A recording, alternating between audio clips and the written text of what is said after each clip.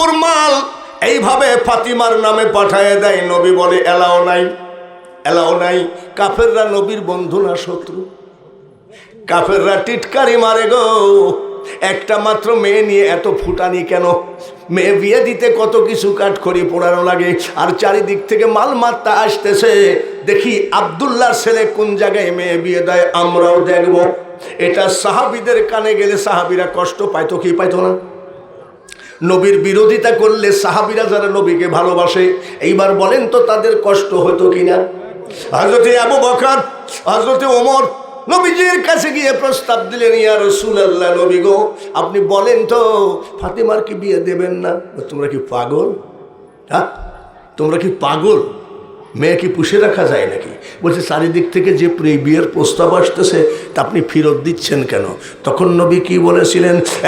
আরে উম্মতে মুহাম্মাদি, সেই দিন নবী বলেছিলেন, আবু বকর, ওমর গো, আমার ফাতিমার জন্য রাজা বাদশাহ দরকার নাই, ধনী পরিবার দরকার নাই, জমিদার পরিবার দরকার নাই, শাহেনশাহ ফ্যামিলি দরকার নাই। আমার ফাতিমাকে যদি পুষতে পারে এমন একটা ছেলে দেখো যার জীবনে কোনোদিন নামাজ কাজা না, যার জীবনে কোনোদিন নামাজ কাজা নাই, আল্লাহওয়ালা ছেলে দেখো। ভালো করে খেয়াল রাখেন, আপনারা আমরা কি আল্লাহওয়ালা ছেলে দেখি? যত রকম গাঁজাখোর মদখোর নিয়ে এসে মেয়ে বিয়ে দিয়ে দেয়, তারপরে 6 মাস পরে আমার কাছে যাই তাবিজ আনতে, বলে জামাই তো অন্যদিকে প্রেম টেম আছে মনে হচ্ছে, আমার মেয়েটাকে তো দেখতে পারে না, তাবিজ দাও। ওই গোড়ায় ভুল করে কি এখন গলায় তাবিজ বানলে কাজ হবে? যখন কাজ হবে? ভাইয়ারা আসেন, একটা কথা আমার নবী বললেন আল্লাহওয়ালা ছেলে দেখো। হযরতে আবু বকর ওমর খুঁজতে লাগলো আল্লাহওয়ালা কিডা। খুঁজতে খুঁজতে দেখে হযরত আলী আমাদের মধ্যে আল্লাহওয়ালা। হযরত আলী কি? হযরত আলীর জন্ম কোথায়? হ্যাঁ, কাবার ভিতরে। জোরে করো মারহাবা। আমরা যে কাবাকে বলি কাবাতি শরীফাতি, আল্লাহু আকবার। হযরত আলীর মা তোয়াফ করতেছে, লাব্বাইক লা শারীকা লাকা লাব্বাইক। এমন সময় ব্যথা উঠেছিল হজ করতে করতে, সঙ্গে সঙ্গে কাবার দরজা খুলে দেওয়া হলো। হযরত আলীর জন্ম হলো কাবার ভিতরে। এমন একটা ছেলে। শুধু তাই নাকি? আমার আপনার নামাজ আর হযরত আলীর নামাজ কি একই রকম নাকি? হযরত আলী কাঁদতেছে। নবী কয় কান্দো কেন? বলে আপনি যে আমার রানের পরে শুয়ে আছেন, আসর তো কাজা হয়ে গেছে, এখনই মাগরিবের নামাজের আজান দিবে, তাতে কি হয়েছে, কান্দো কেন? বলে আপনি যে বলেছেন এক ওয়াক্ত নামাজ কাজা করলে 80 হোক বা জাহান্নাম, ওই হাদিস খানা মনে পড়ি আমি কাঁদতেছি। এই বাথানের রাখাল, এখানে এত কথা কেন রে ভাই? এ জায়গায় কি বাড়ি নাকি? নাকি মহিলা প্যান্ডেল করছে নাকি? যে মহিলা প্যান্ডেল করেছে, মা বোনের কি একেবারে কোনো বুদ্ধি নাই যে তোমার গলার আওয়াজ যদি পুরুষ লোক শুনে যে তোমার খবর আছে? ওটা নাই, ওটা নাই। ও বাবা, তাহলে আর কিছু করার ও মাসাসিরা, যেদিন তোমার ডাক পড়িবে গো মা, ওই কবর মাঝে শুইতে গো মা, জোগাড় কিছু করছো মা গো, তার মাঝে বিছাইতে। নবীজি বলেন ওই কবরের মধ্যে যে পরিমাণ আযাব হয়, কোন মানুষ যদি নিজে কানে শুনতো, নিজে চোখে দেখতো, ভয়তে গোরস্থানে যাওয়া তো দূরের কথা, মানুষ মরে গেলে লাশ ভয়তে কেউ টাচ করতো না। এগুলো কি তোমাদের পছন্দ হয় না মা? নবীজি মেরাজ থেকে আসলেন, আসার পরে বলছে আমি মেয়েদেরকে জাহান্নামে খুব কষ্টের মধ্যে দেখেছি। তো এসব হাদিস দেওয়া এখন না দেওয়া ভালো, তারপরও বাল্লিগু আন্নি ওয়ালাউ আয়া, ভালো করে শোনো মা। জিজ্ঞাসা করেছিলেন, গলায় সাপ পেঁচায় মাথার মগজ টেনে টেনে খাচ্ছে, মেয়েদের কি অবস্থা? জিবরাইল বলেছিলেন ইয়া রাসূলুল্লাহ, এইসব মেয়েরা মাথায় কাপড় দেওয়া পছন্দ করতো না। এরকম আছে না? জোরে কোন আছে না? মাসাসিরা এখন পছন্দ লাগতেছে না। যখন চেয়ারম্যান ওর বাবার পুকুরে বা নদীতে আটা দিয়ে বড়শির সাথে নদীতে ফেলাবে, মাছ মনে করে আমাকে খুব ভালোবেসে খাবার দিয়েছে। ওই বড়শির সাথে যখন গলা আটকায় যাবে গো, ওই মাছকে বাড়িতে নিয়ে এসে কাটবে। কাটার পরে খসখসা জায়গায় ঘুষবে, নাকি খসখসা জায়গায় ঘুষে না? কি জন্য ঘুষে? কি তোলে? আমি একটা জিনিস দেখি, হাসিও লাগে। আপনাদের দেশের কথার সাথে হুবহু আমাদের কথা মিল আছে। এই আইসটি আমাদের দেশেও কয় কি তোলে? আইসটি তোলে। আইসটি তোলার পরে মাছ চিন্তা করতেছে, আগে যদি জানতাম ওই চেয়ারম্যানের আটা আমি খাই নাকি। এইভাবে আইসটি তুলতেছে, আইসটি তুলে ধুয়ে রেখে দিয়েছে। এইবার বগুড়ার শুকনা মরিচ পেঁয়াজ ঝাল বেটে রাখলো, ওই সুলা গায়ে আস্তে করে মাখাইলো। ওই আঁশটি তুলার থেকে আরো কষ্ট। জোরে বলেন ঠিক কিনা? আমার এই জায়গায় ব্লেডে কাইটে গেছে, বুঝলেন? তো ব্লেডে অল্প করে একটু কাইটে গেছে, তো আজকে ভাতই খাতে পারতেছি না। মানে যেই ঝাল লবণ ঠেকতেছে আরাম আরাম লাগতেছে, নাকি? কি জ্বলা জ্বলে নাকি? এইটুকে যদি জ্বলে তাহলে ওই কাটা গায়ে খসখসে আইসটি তোলা গায়ে যদি ঝাল পেঁয়াজ মাখায়, মাছটা কি আরাম লাগে? মাছ মনে করছে যে মনে হয় ওরম করে থুয়ে দেয়, চিন্তা করতেছে আমার আজাব মনে হয় শেষ। আচ্ছা, মাছের আজাব আর আছে নাকি? আছে, জোরে করে আছে। মাছ আসিরা তোমাদের আল্লাহর কি লাগে এই কথাটা শোনো। তোমরা তো জীবনে শুনবা না, ভালো করে শুনিয়ে নাও। তোমাদের তো স্টার জালসা, আগে আমরা ছোটোবেলায় যদি ধান আদায় করতে যেতাম তো মাছ চাষিরা বলতো বাবা কোন মাদ্রাসার? বলে অমুক মাদ্রাসার। তো বলছে একটা গজল বলো তো। আমরা বলতাম ওঠো মুমিন নামাজ পড়ো, সময় যায় রে বহিয়া, কি জবাব দিবা তুমি নামাজেরও লাগিয়া। এইসব আগের গজল এখন আর নাই। আইলো রে ফজরের নামাজ, ফজর পড়বেন যে জনা, ফজর হবে সঙ্গের সাথী, সাথীর দরকার লাগবে না। তখন মা চাষিরা চোখ মুছত, ঠিকই বাবা, আমি ফজরের নামাজটা ধরে আসি।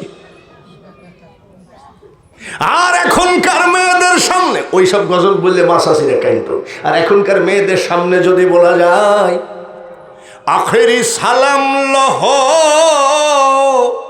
হাসান আর হুসাইন সালাম দিচ্ছে নবীজির রওজায়, ওহে নানা জান তোমার হোসেন যায় কারবালার ময়দান।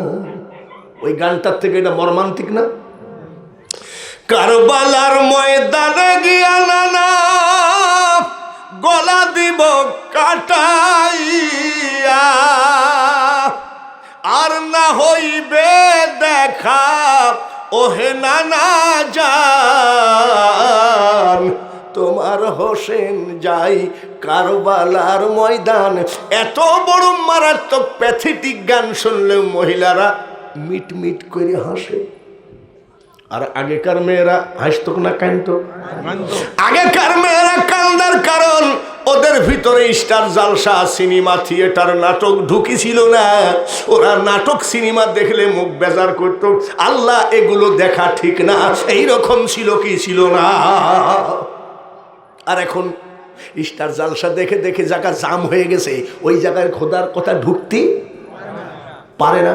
এ মা খালারা, এটা কি জালসা? জোরে কম। আর ওরা ঘরে দেখে সেটা কি জালসা? এই ইসলামিক জালসা শুনতে শুনতে যদি কারোর প্রেসার হাই হয়ে স্ট্রোক করে মারা যাও, তুমি শহীদের দরজা পাবা। আর যদি স্টার জালসা দেখ, আমি কিন্তু ওয়াজ খাতুনে জান্নাতের ওইখান থেকে নিয়ে যাব, হাসান হুসাইন কারবালা হয়ে ঘুরিয়ে আসবো, কিন্তু ওরাই কিন্তু ওয়াজটা বাড়াইলো। আমি কিন্তু এই কথা তুলতাম না, বারবার বলতেছে চুপ করো চুপ করো। ওদেরকে চুপ করানোই যাচ্ছে না, যাচ্ছেই না। যাচ্ছে না যখন তোমাদেরই কিছু গুণকীর্তন করি। আগেকার মা চাষিরা বাড়ির সামনে গেলে, ও চাষি মান্নান ভাই আছে, ঠিক এইভাবে বলতো, ও আব্বা তুমি কি ডাক, আমি বাঙালি হুজুর। কইস আব্বা ও তো এখনো বাড়ি আসে নাই, ঠিক এইভাবে বলতো। আর এখনকার গালা মান্নান ভাই আছে, আপনার বাড়ি গনে ঠেইলে চলে আসে, আকার জমিন তফাৎ, যদি কোন ঠিক কিনা। এসব কথা তুলবো না, তুলাইলা তোমরা। মা চাষিরা ভালো করে শোনো, যতই লাফালাফি করো না কেন গো মা, আগ্রার তাজমহল 22,000 মিস্ত্রি 23 বছর কাজ করে করে ওই মমতাজের কবর বানাইছে, তার নাম কি? যাই দেখো গো মা, ওই জায়গায় কেউ একবার সূরা ফাতিহা পাঠ করে না।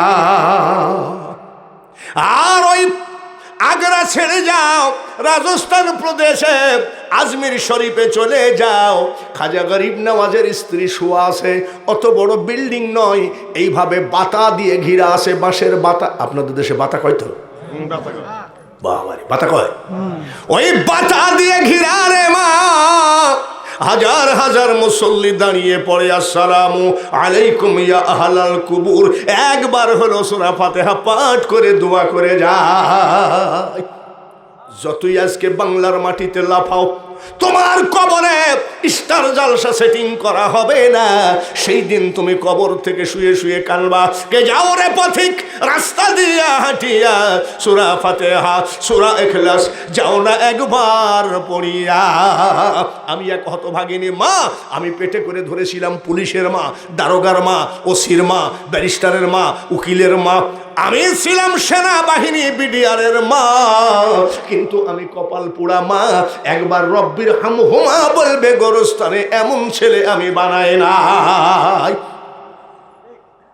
সাবধান হয়ে যাও মা, খবরদার ডিস্টার্ব করো না মা, জিব্বায় পেরেক মারা হবে। জিব্বায় কেন?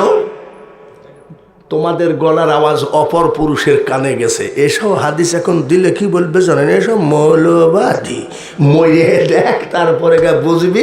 আইসটি তুলে কি তুলে, আইসটি তুলে কিভাবে মরিয়ে দেখো, তারপরে গা বুঝবা গো মা। এখন বুঝতিস না, জোরে বলেন ঠিক কিনা? জ্ঞানী বুঝে ইশারায়, মূর্খ সাপল দিয়ে চোখ ফাটাইয়ে দিলেও বুঝে না।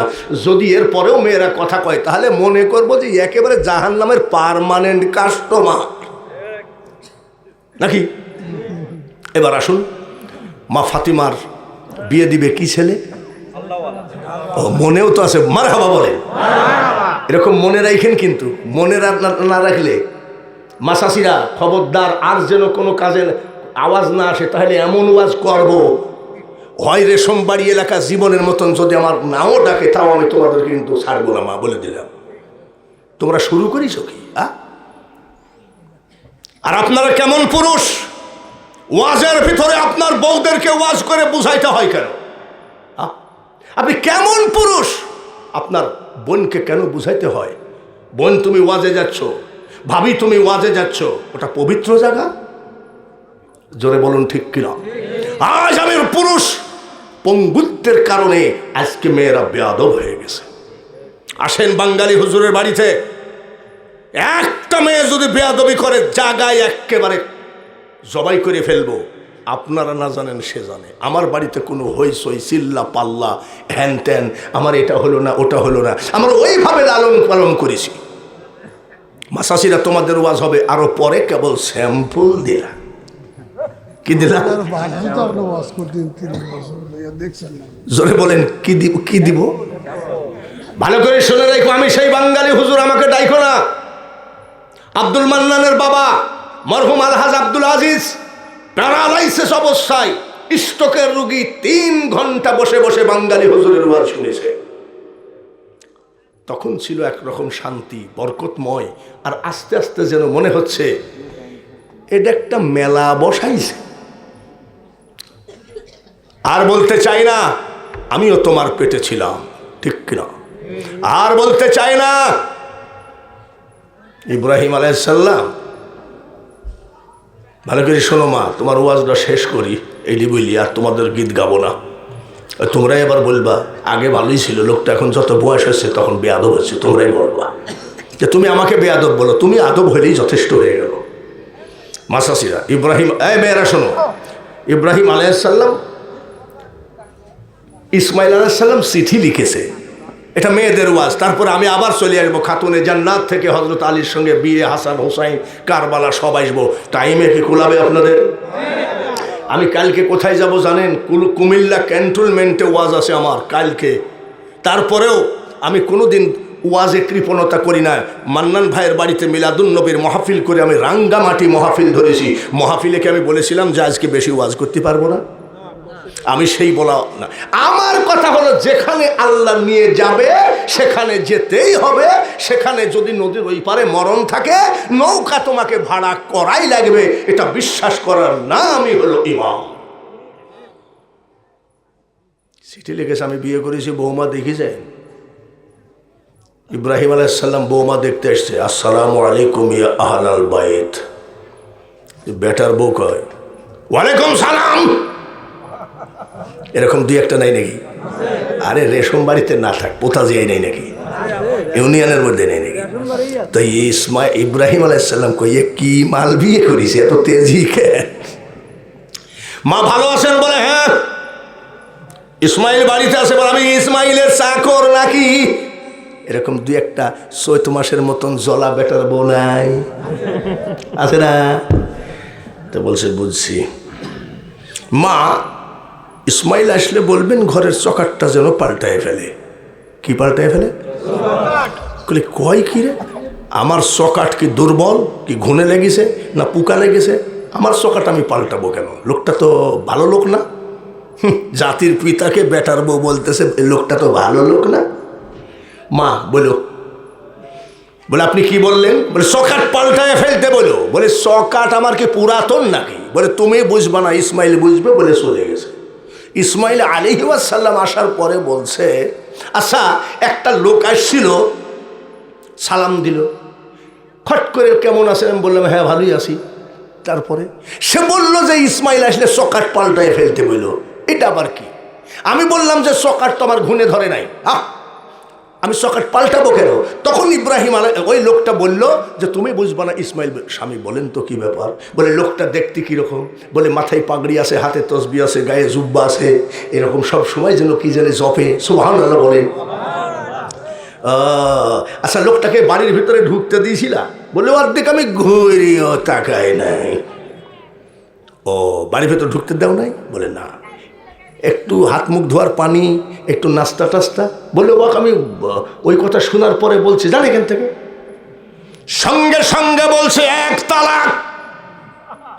আচ্ছা বলা নাই কোয়া নাই, কয় তালাক? তারপরে বলছে 2 তালাক। আর বাকি রইল কয়টা? জোরে কন। আপনি যদি রাত্রে যাই বউকে ঘুমের থেকে তুলে যদি বলেন যে 1 তালাক, আপনার বউ কি বলবে? কয় কইল কি মেরেছ, কয় কইল কি খাইছ? 2 তালাক। কয় গিলাস খাইছিস? তাই বলবে না? তাহলে 2 তালাক দিলে আর থাকে কয় তালাক? এইবার বলতেছে তুমি কেন তালাক দিচ্ছ জানি না, খবরদার না জানি না শুনি আমার দোষ না ধরা পর্যন্ত তালাক দিও না। বলে শোনো, আর 1 তালাক বাকি রইল, ওটা ছিল আমার বাবা ইব্রাহিম খলিলুল্লাহ। আমার বাবা উদাহরণ দিয়ে কথা বলে, তুমি যদি 1 গিলাস পানি খাওয়াইতা, তুমি যদি পা দুখানা ধোয়াইয়া দিতা, একটুখানি বসতে দিতা, আমার আব্বা দোয়া করে যেত। শুধু শ্বশুরেরই খেদমত করা হতো না, জাতির পিতার খেদমত করা হতো। জাতির পিতা। যার জন্য তুমি বেয়াদবি করেছো 3 তালাক। 3 তালাকের পর আর বউ থাকে? আমাদের দেশে থাকে, আমাদের দেশে থাকে 4 তালাক 10 তালাক দেওয়ার পরেও আলেম ওলামা দিয়ে তওবা না করি সেই সব বউ নিয়ে খায়। কিন্তু তালাক দেওয়ার পরে ওই বউ নিয়ে যে তুমি খাচ্ছো, ওই ঘরে সন্তান হলে সন্তানটা কেমন হবে অল্পতে বুঝে নিও। ভাইয়ারা, আমি কারোর হিংসাত্মকমূলক ওয়াজ করি না। তোমাকে হাক্কাতু কাতিহি ওয়ালা তামুতুন্না ইল্লা ওয়া আনতুম মুসলিমুন হয়ে মরতে হবে। মুসলমানের একটা আইন আছে কি নাই? মুসলমানের আইন হলো আল কোরআন। মুসলমানের আইন কি? গত রমজান মাস কি মাসে গেছে জোরে কম? জ্যৈষ্ঠ মাস। গরম না ঠান্ডা? গরমের ভিতরে রোজা করে মাঠে গেছে, মাঠের থেকে ঘাইমে টাইমে আসছে, আর বউ বলছে যে তুমি খুব কষ্ট হয়ে গেছে আজকে, তাই না? কি মাসে রোজা? জ্যৈষ্ঠ মাস। গরম না ঠান্ডা? মাঠে পরিশ্রম করে আসছে, ওর বউ বলছে তোমার আজকে পরিশ্রম হয়ে গেছে, তাই না? বলে তুই ও তালাক, তোর মা ও তালাক। তো বলছে হঠাৎ করে তুমি এ কথা বলছো কেন? বলে তোর গোষ্ঠী তালাক। কি মুখে তালাক দিল? রোজা মুখে তালাক দিল। ইফতারি করার পরে বলছে তুই আমার জানের জান, তোবা টোবা করা নাই। বলে তুমি যে বেলা 10টার দিকে তালাক দিলা, বলে বউরে তুমি কি জানো না জ্যৈষ্ঠ মাসের রোজা, তারপরে মাঠে 100 গরু চড়াইতে হয়। আমার মন মানসিকতা ঠিক ছিল না, গরমের ঠেলায় রোজা লেগে গেছে, যার জন্য কইছি তুই তালাক, তোর মাও তালাক। এই ধরনের বহু তালাক বাংলার জমিনে আছে কি নাই? আপনি কি চিন্তা করেছেন তালাক দেওয়ার পরে ওই বউ নিয়ে খান? তালাক দেওয়ার সাথে সাথে চলে গেল, আরেকটা বিয়ে করে বলছে আব্বা সকাট পাল্টাইছি, দেখে যাই। ও আবার আসছে, ইসমাইল নাই। আসসালামু আলাইকুম ইয়া আহলাল বাইত। এই ছেলের বউটা বলতেছে ওয়া আলাইকুমুস সালাম ওয়া রাহমাতুল্লাহ। বলেন এই বউটা ভালো না খারাপ? আর আগেরটা কেমন ছিল? ওয়ালাইকুম সালাম। যাক ভালো। মা আপনি ভালো আছেন? পর্দার আড়াল থেকে বলছে আলহামদুলিল্লাহ। আলহামদুলিল্লাহ। মা ইসমাইল আছে? বলছে বাবাজি ইসমাইল আমার স্বামী, আমার স্বামী তো নাই, তা আপনাকে চিনা চিনা মনে হচ্ছে। সুবহানাল্লাহ বলেন। হলো না? আর একবার কোন সুবহানাল্লাহ। ওনাকে তো জীবনে দেখেনি, কিন্তু চিনা চিনা মনে হচ্ছে। কারণ হলো একটাই, বাবার সাথে ছেলের সবারই কিছু না কিছু মিল। আজাদ বিয়ার ছেলে যদি কোনোদিন আমার সামনে বাইরে যায়, আমি দেখলে কমপক্ষে আজাদ বিয়াই ভাব লাগবে, ঠিক কিনা? বাবাজি বাড়ির ভেতরে আসেন, বসতে দিয়েছে। বলে বাবাজি কিছু মনে করবেন না, আপনার পরিচয়। বলে মা তুমি আমাকে চিনবা না, ইসমাইল আমার ছেলে, আমি ইসমাইলের বাবা। সঙ্গে সঙ্গে মেয়েটা কেন্দ্রে দিয়েছে। কাঁদছো কেন? কি ব্যাপার? একটা পাথর নিয়ে এসে বলছে আব্বা এই জায়গায় পা দুখানা রাখেন। বলে কেন গো মা? আব্বা শোনেন, আপনার ছেলেকে আপনি বনবাসে দিয়েছিলেন, আমার শাশুড়ি পানি পানি করে 7 বার পাহাড় পর্বত দৌড়াইছে, কিন্তু এসে দেখে আমার স্বামী আপনার ছেলে ইসমাইল বাচ্চার পার আঘাতে মাটি ফেটে মিষ্টি পানি ওঠে। সেই পবিত্র মানুষটা হলো আমার স্বামী। আর নমরুদ আগুনের মধ্যে দিয়েও আগুনে একটা লোম পর্যন্ত পড়ে নাই। সেই লোক আমার শ্বশুর। আব্বা গো ওই জমজম কুয়ার পানি দিয়ে আমি আপনার বেটার বউ, আমি আপনার বৌমা, আপনার পা দুখানা ধোয়াইয়ে দিতে চাই। পা দুখানা ধোয়াইয়ে দিয়ে বৌমা চুল দিয়ে মুছে দিতে চাই। সুবহানাল্লাহ। পা ধোয়াইয়ে কি দিয়ে? জোরে গো। এক জায়গায় চুল দিয়ে মুছে দিবি, আর এক জায়গায় বলছি যে আপনাদের বাড়িতে এরকম বৌমা আছে যে কি বলে চুল দিয়ে পা মুছে দেয়। এক লোক বলছে হ্যাঁ বাবা আমার বেটার বউ ঝাঁটা দিয়ে মুছে। এরকম আছে না? জোরে বলেন আছে না? হ্যাঁ হ্যাঁ, ওদের চেহারা দেখলে, বেটার বউদের চেহারা দেখলে আমি বুঝি। তার কারণ এখনো ভয় আছে কি জন্য মাল কামাতি পারি তাই। এই ছোট বৌমা কোথায়? জি আব্বু। জি আব্বু। কি জানে আমি যখন অথর্ব হয়ে যাব তখন কি করবে আল্লাহ জানে, কিন্তু ওইভাবে তৈরি করলে কোনোদিন বৌমা কোনোদিন বেয়াদব হবে না। এইবার ইব্রাহিম আলাইহিস সালাম নাস্তা করে খাওয়া দাওয়া করে বিদায় হয়ে যাচ্ছেন। বাড়ির দরজায় দাঁড়িয়ে বৌমা কাঁদতেছে। বলে কান্দো কেন? বলে আব্বা দোয়া করেন। বলে দোয়া তো করি গো মা, ইসমাইল আসলে বলবা চকাটটা ভালো, চকাটটা পাল্টানো লাগবে না। কইছে আব্বা চকাট মানে? বলে তুমি বুঝবা না, আমার ছেলে বুঝবে। ইব্রাহিম আলাইহিস সালাম চলে গেলেন, ইসমাইল আলাইহিস সালাম আসার পরে বউটা খুশি, একেবারে বিশাল খুশি। আর আগেরটা খুশি না বেজার? আর এই বউটা খুশি না বেজার? এই যে এইটা বিশাল খুশি। বলে তোমাকে খুশি খুশি লাগতেছে। বলে কেন খুশি খুশি লাগবে না, আমার শ্বশুর এসেছিল। বলে তাই নাকি, এত খুশি? বলে হ্যাঁ। আচ্ছা কি খেদমত করিস? বলে কি আর খেদমত করবো গো স্বামী, মারহাবা। জমজম কুয়ার পানি দিয়ে শ্বশুরের পা দুখানা ধুয়ে এই হতভাগিনীর চুলগুলো দিয়ে মুছে দিয়েছি। এইবার বলেন স্বামী খুশি হবে না বেজার হবে? আয় আমার বুকে আয় রে স্ত্রী আয়। বলে কেন? বলে তুমি জানো না, তুমি শুধু শ্বশুরেরই পাও ধুয়ায় দেও নাই, উনি হলেন মিল্লাতা আবিকুম ইব্রাহিম হুয়া সাম্মাকুমুল মুসলিমিন। তুমি শ্বশুরেরই শুধু পাও ধোয়াও নাই, গোটা মুসলিম জাতির পিতার পা ধোয়াইছো। শুধু তাই না, একজন নবীর পা ধোয়াইয়ে দিয়েছো। তাই আমার বাবা বলতেছে সকাটটা পাল্টানো লাগবে না, তুমি মানে সকাট। এই ওয়াজটা আমি মুর্শিদাবাদে এক জায়গায় করেছিলাম, সরকার পাড়া বলি জায়গা। ওয়াজ চলতেছে আর এক লোক বলছে লাভ দিয়ে মাজায় গামছা বান্ধি কয় হুজুর ওয়াজ চালান, আমি আসতেছি। আমি কিডা তুই? বলে খবরদার, আমি আসা পর্যন্ত ওয়াজ বন্ধ করেন না। আমি তোর ধার ধারি ওয়াজ করি নাকি? আমি বাংলাদেশ থেকে এসছি, আমার পাসপোর্ট ভিসা আছে। বলে হুজুর পাসপোর্ট ভিসা না, আপনি ওয়াজ চালান, আমি আসলে গা মোনাজাত করেন। বলে কই যাস? বলে হুজুর সকাট পাল্টায় আসি। আমি ধর ধর ধর ধর ধর শিগগির ধর। আজ আবার বাড়ি গিয়ে সকাট পাল্টায়েন না, তাহলে শাহজাদপুর থানা চেয়ারম্যানকে ফোন দেবে, চেয়ারম্যান তোমাদের এলাকায় কোন বক্তা ওয়াজ করেছে মানুষ শুধু সকাট পাল্টাচ্ছে।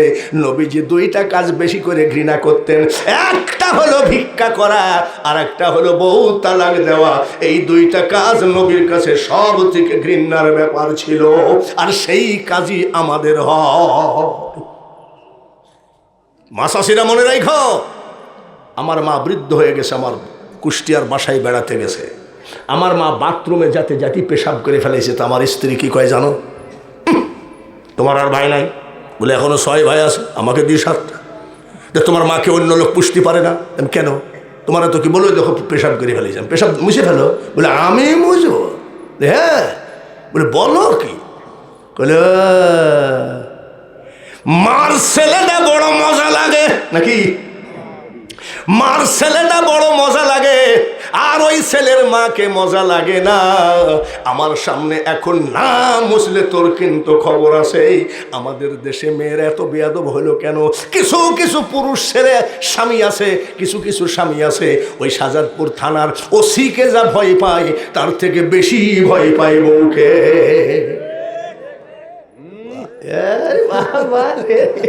আজকে জমিয়েছে, জোরে বলেন ঠিক কিনা? এই ছেলেরা বলবি যে আমার বাপের কোনো অসুবিধা হলে তোর খবর আছে, জান্নাত কিন্তু তোর বাপের কাছে। জোরে বলেন ঠিক কিনা? যাই হোক মাসাসিরা, আপনারা একটু বেয়াদবি করাতে আমি কিছু ওয়াজ করেছি, আমি কিন্তু গাইল দিয়েছি নাকি? এইবার মা আমার আসল ওয়াজে যাইতে চাই। এই ওয়াজের মধ্যেও তোমাদের ওয়াজ খুঁজে খুঁজে পাবা। একটুখানি বসো গো মা, একটু বুঝে নাও। 10টা কথার মধ্যে যদি একটা কথা আমল করো, 24 ঘন্টা যদি ঘরে সিনেমা চলে, স্টার জালসা, শয়তান ওই বাড়িতে মাকড়সার মতন বাসা বাঁধে। আর যদি ওই সিরিয়াল বন্ধ করে, নাটক থিয়েটার বন্ধ করে, স্টার জালসা বন্ধ করে দিয়ে পড়ো, তাবারাকাল্লাযী বিয়াদিহিল মুলক ওয়া হুয়া আলা কুল্লি শাইইন কাদির। 10 মিনিট যদি মাগো তোমার ঘরে কোরআন তেলাওয়াত করো গো মা, ওই ঘরে 24 ঘন্টা রহমতের ফেরেশতা ডিউটি দেয়। আর তুমি যা করতে সেটা তো মুসলমানের জিনিস না। এ বাবা, সিনেমা কি মুসলমানের? যাত্রা কি মুসলমানের?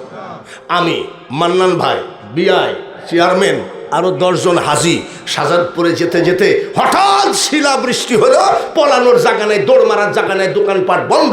আমরা সিনেমার বারান্দার সামনে যদি যাই, শিলা বৃষ্টির ভয়ে বসে থাকি, একটা বাচ্চা ছেলে বলবে যে দুনিয়ার আইন কেন? বলো যে যুববালারা সিনেমা হল থেকে বাইরে হইল। আমরা কি আসলে সিনেমায় গেছি? শিল বৃষ্টির ভয়ে বারান্দায় জানাইছি, তাই যদি আমাদেরকে এত টিটকারি মারে। মুসলমানের জন্য কোনো অবৈধ গান নয়, ঠিক কিনা? মুসলমানের জন্য অবৈধ কিছু নয়। মুসলমানের কি গান নাই নাকি? আমি আল্লাহ নামের বীজ বুনেছি, মারহাবা, এবার মনের মাঠে ফলবে ফসল, বেচবো আমি কিয়ামতের হাটে। মুসলমানের কত গান আছে মাগো, মুসলমানের সব থেকে সিরিয়াল হলো আল্লাহর কুরআন। লা ইলাহা, আরো জোরে, লা ইলাহা, সবাই লা ইলাহা ইল্লাল্লাহু মুহাম্মাদ। মাসাসিরা, যাক তোমাদেরকে আল্লাহ হেদায়েত করেছে, এই কথাগুলো শোনার পরে একটু হলেও চুপ আছে। শাশুড়ি পুকুরে গোসল করতেছে, বৌমা আর শাশুড়ি। তো শাশুড়ি বলছে, বৌমা আমার পিঠটা একটু কসলাইয়ে দাও, ডলিয়ে দাও। তো বৌমা হাত দিয়ে ডলতে যাচ্ছে, চলে যাচ্ছে পা। তো শাশুড়ি বলছে ডলো, বলছে মা কিছু মনে করেন না, আমি হাত দিতে যাচ্ছি আর পা চলে যাচ্ছে কেন? বলে পা দিয়ে ডলে দাও, তার কারণ এই সেই পুকুর ঘাটে আমি আমার শাশুড়িকে লাথি মেরেছিলাম, ওই পা আমার পাওনা হয়েছে। যদি জ্ঞানী লোকের মেয়ে হও, জ্ঞানী লোকের স্ত্রী হও, ভালো করে বুঝে নিও। আর তোমাদের বিরুদ্ধে নয়, আর তোমাদের কোনো ওয়াজ নয়। এইবার খাতুনে জান্নাতের ওয়াজ, বিশ্বদুলালী নবীর নন্দিনী, মারহাবা, খাতুনে জান্নাত ফাতিমা জননী। কি স্বামী দরকার? আল্লাহওয়ালা। হযরত আবু বকর আর ওমর কয় হযরত আলী খুব আল্লাহওয়ালা। তো নবীর কাছে প্রস্তাব দিলে কেমন হয়? তো হযরত ওমর বলছে যে এটা কোনোদিনই সম্ভব না। বলে কেন? বলে এই জন্যে সম্ভব না যে নবীজি এই আলী পেটে ভাতে উঁট চড়াই, আর কোনো বেতন নাই। কিসের উঁট চড়াই? পেট ভাতে উঁট চড়াই, আর কোনো বেতন নাই। তো হযরত আবু বকর বলছে, দেখো ওমর, নবীজি তো বলেছে আল্লাহওয়ালা, টাকাওয়ালা তো দরকার নাই। তো বলছে তাই বলি কি একেবারে ওইভাবে হয় নাকি? বলে চলো না প্রস্তাব দিই। হযরত ওমর বলছে আপনি প্রস্তাব দেন ভাই, আমার দ্বারা সম্ভব না, আপনার সাথে আমি এমনি যাইতে পারি, চুপচাপ দাঁড়িয়ে থাকবো, আমি কিছু বলতে পারবো না। গেছে, দুইজনই গেছে। আসসালামু আলাইকুম ইয়া রাসূলুল্লাহ। বলে কিছু বলবা নাকি? বলে হুজুর বলবো তো অবশ্যই। বলে কি বলবো বলো? বলে হুজুর, খাতুনে জান্নাত আপনার মেয়ে ফাতিমার জন্য আমরা একটা ছেলে দেখেছি, বেয়াদবি হলে মাফ করেন। কি করেন? বেয়াদবি কিসের বলো? বলছে হুজুর খবরদার, আপনি যদি বেজার হয়ে যান আমরা সব দুজকবাসী হয়ে যাব। বলে আরে বলো না। বলে ইয়া রাসূলুল্লাহ, নবী গো, আমরা আলীকে চয়েস করেছি। কাকে? 1-1.5 মিনিট চুপ থাকার পরে মুস্কি হাসি দিয়ে বয়, তাড়াতাড়ি আলীকে ডাক দাও। এইমাত্র ফেরেশতা কানের কাছে বলে গেল, মা ফাতিমার আর আলীর বিয়ের মুনাজাত জান্নাতের মধ্যে হয়ে গেল। এই সেই জান্নাতি মানুষ, তাদেরকে নিয়ে কত কথা শুনতেছি। ও আলেম ভাইরা, তোমার জানা থাকলে চুপ থাকো, কিছু জানা থাকলেও চুপ থাকা লাগে। জোরে বলেন ঠিক কিনা? যত ফেকড়াবাজি সব বাদ দাও। এইবার চলে গেল হযরত আলীকে ডাকতে। এ ভাই দয়া করে কাফে করে নিয়ে এসো, আমার ভাই রাস মারা চলে, তোমার দায়িত্ব না, তুমি নিয়ে এসো। ইয়াতে খাওয়া যায় নাকি? ও ঠোঁট মুঠ পুড়ে যায়। জোরে জোরে পড়ি আল্লাহুম্মা, সবাই সাল্লি আলা মাওলানা ওয়ালা আলি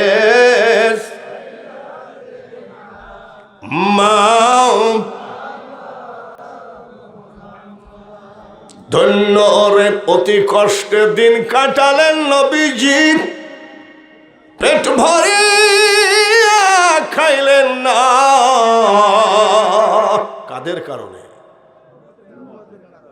উম্মতের কারণে নবীজির খেজুর পাতার বিছানা। জোরে জোরে পড়ি আল্লাহুম্মা সাল্লি সাইয়্যিদিনা মাওলানা ওয়া আলা আলি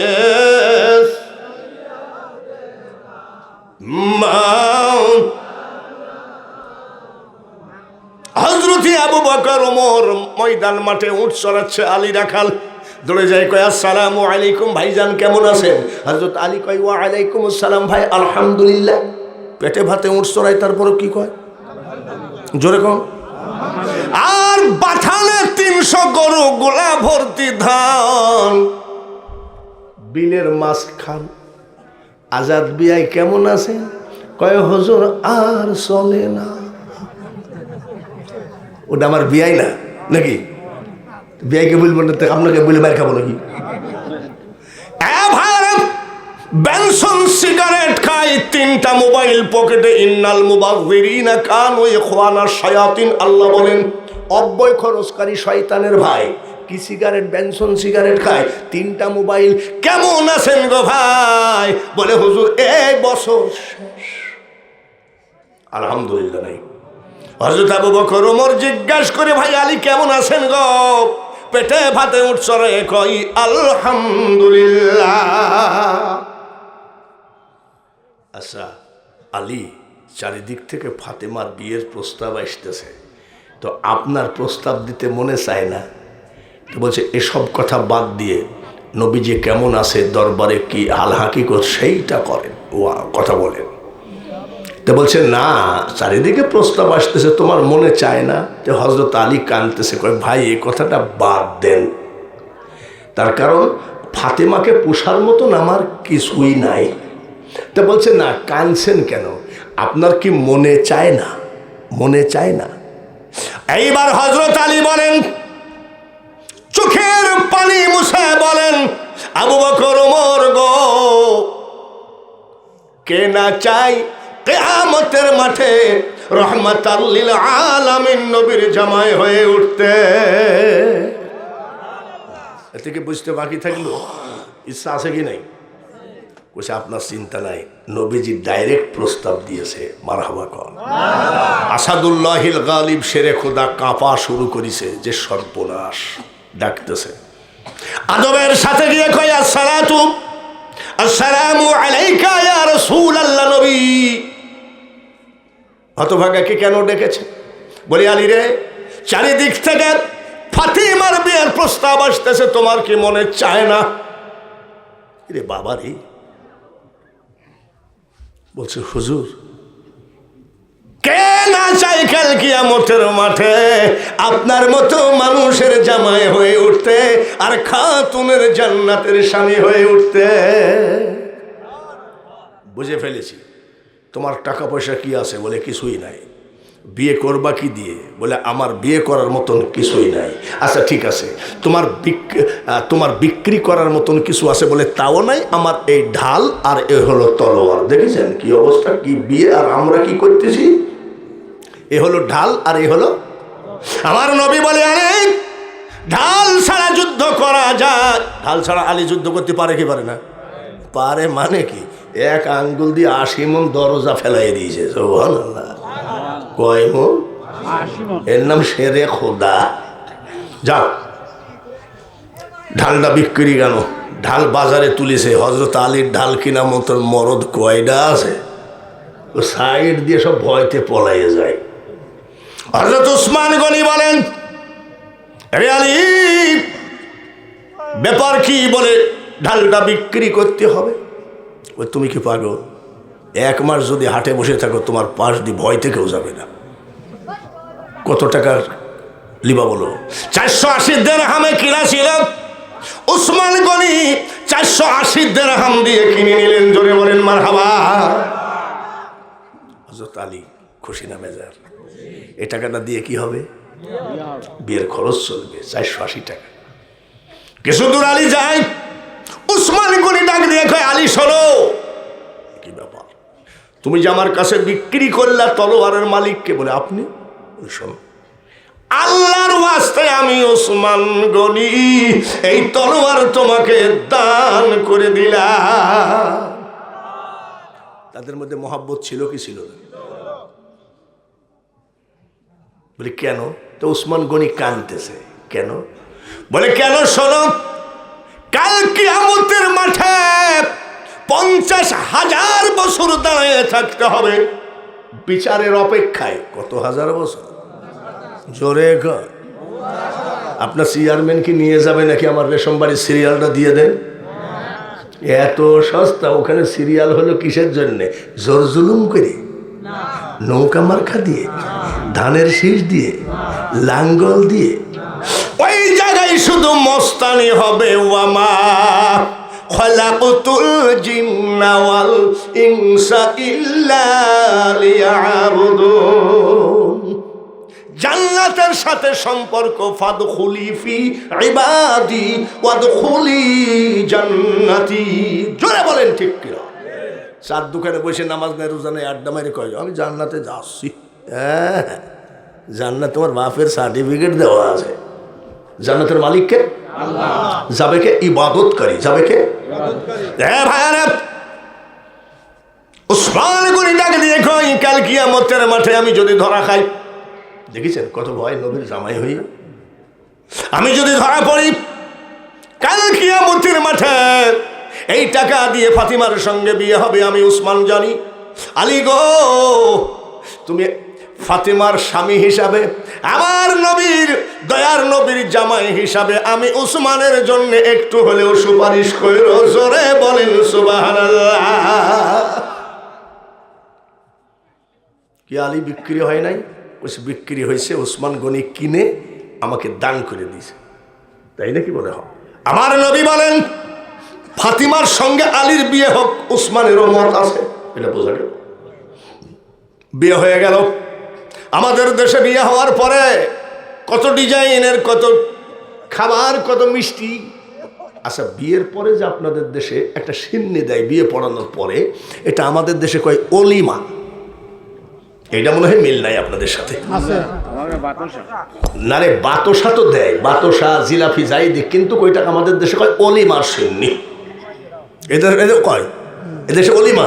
হ্যাঁ বলবেন, তো আমি তাই জন্যই বলছি যে আপনাদের কথার সাথে মিল আছে। মিষ্টি খাওয়ানো হলো না, টাকাই খুলালো না। ফাতিমার সঙ্গে বিয়ে হয়ে গেল, আলী চলে গেল আলীর ঘরে। ফাতিমার ঘরে রইল। 3 মাস হয়ে গেল। টিটকারি মারে আলী, বিয়ে করতে পারো কিন্তু বউ উঠাতে পারো না। হযরতে আলী খেজুরের পাতা দিয়ে ছাউনি একটা ঘর ভাড়া নিলেন। কি নিলেন? ভাড়া নিয়ে ওনার ছোট ভাইকে সঙ্গে করে নবীজির কাছে গেলেন। আসসালামু আলাইকা ইয়া রাহমাতাল লিল আলামিন। নবী গো, আমি ফাতিমাকে উঠাইতে চাই। সুবহানাল্লাহ, কি খুশি দেখেছেন? ফাতিমাকে উঠাতে চাই। নবী বলছে আলহামদুলিল্লাহ, আজ আমার ফাতিমা শ্বশুর বাড়ি যাবে। শ্বশুর বাড়ির সাইজটা কি? জোরে কর। খেজুর পাতার ঘর। সাহাবীকে যেন বলে ফেলাইছে জান্নাতের সরদারিনীকে বিয়ে করলাম। ভাই আলী, এটা মিষ্টিও খাওয়াইল না। এটা নবীজির কানে গেছে।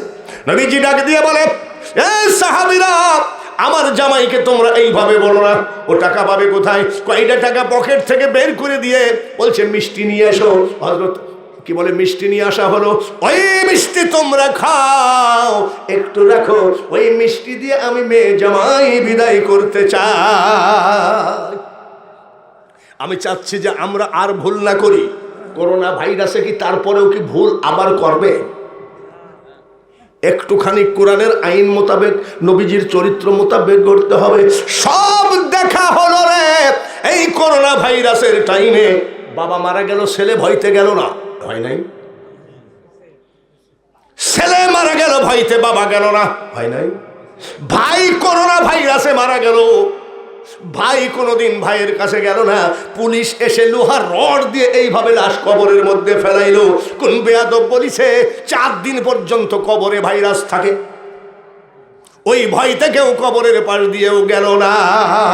এর নাম হলো আল্লাহর গজব, তার নাম হলো করোনা ভাইরাস। তারপরেও কি আপনি বুঝবেন না? কেউ কারো নয় রে, কেউ কারো নয়। নিজেকে তৈরি করে কবরে যাও। শুধু কিভাবে তৈরি করবা? আমার নবীর চরিত্র মোতাবেক চরিত্র করে কবরে যাও। কবর, হাসর, মিজান, ফুলসেরাত তোমার জন্য একেবারে আল্লাহ তাআলা পবিত্র করে রেখেছে। ভাইরা আমার, পর্দার আড়ালে মা বোনেরা, মাইকের দিকে কানটা করো গো মা, খুব খেয়ালের সাথে শোনো। চলো যাই, মিষ্টি একটু রাখছে। নবীজির মা খদিজাতুল কুবরা নাই, নবীজির স্ত্রী উম্মে সালমাকে বলছেন, সালমা এই মিষ্টিটুকু মেয়ে জামাইকে মুখ মিষ্টি করে একটু পাঠিয়ে দাও শ্বশুর বাড়ি। নবীজির স্ত্রী উম্মে সালমা কয়, ইয়া রাসূলুল্লাহ, আজকে সারা দিন ফাতিমা দরজা খুলে নাই, এত খাবার জন্য ডাকলাম খাইল না, শুধু কান্দে। এত ডাকলাম দরজা খুললো না। আমার নবী বলছে তাই নাকি? যাই বলছে, নবীজি দরজা ধাক্কা দেওয়ার সাথে সাথে দরজা খুলে দিয়েছে। বলে, আরে ফাতিমা, শুনলাম তুমি সারা দিন কাঁদতেছো, চোখ দুটো লাল হয়ে গেছে, কি হয়েছে বলো তো? বলে, আব্বা গো, আমি শুনলাম আপনার জামাই নাকি পেটে ভাতে উঠ চড়ায়। বলে, বাবা হয়ে মেয়েকে ওই ধরনের গরিবের হাতে তুলে দিতে পারলেন? আমার নবী ডাক দিয়ে কয়, ও এই জন্য কান্তিস? বলে, বলো তুমি আল্লাহওয়ালা চাও না টাকাওয়ালা চাও? ফাতিমা বলছে, আমি আল্লাহওয়ালা চাই। আরে ফাতিমা, আর একটা প্রশ্নের জবাব দাও, তুমি মূর্খ চাও না জ্ঞানী চাও? বলে, আমি জ্ঞানী চাই। তাই যদি হয়, আমার চোখে আল্লাহওয়ালা হলো হযরতে আলী, আর আনা মাদিনাতুল ইলমি ওয়া আলিউন বাবুহা।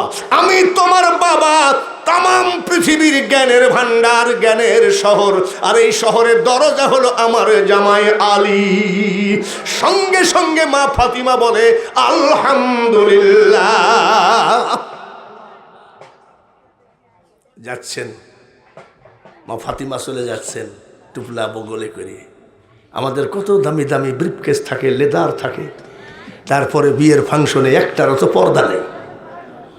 এমন সাজা সাইজেছে, আমাদের কুষ্টিয়া শহরে মাঝে মধ্যে দেখি এক মহিলা এমন সাজা সাইজেছে, একসাথে চেন পরেছে 4টা।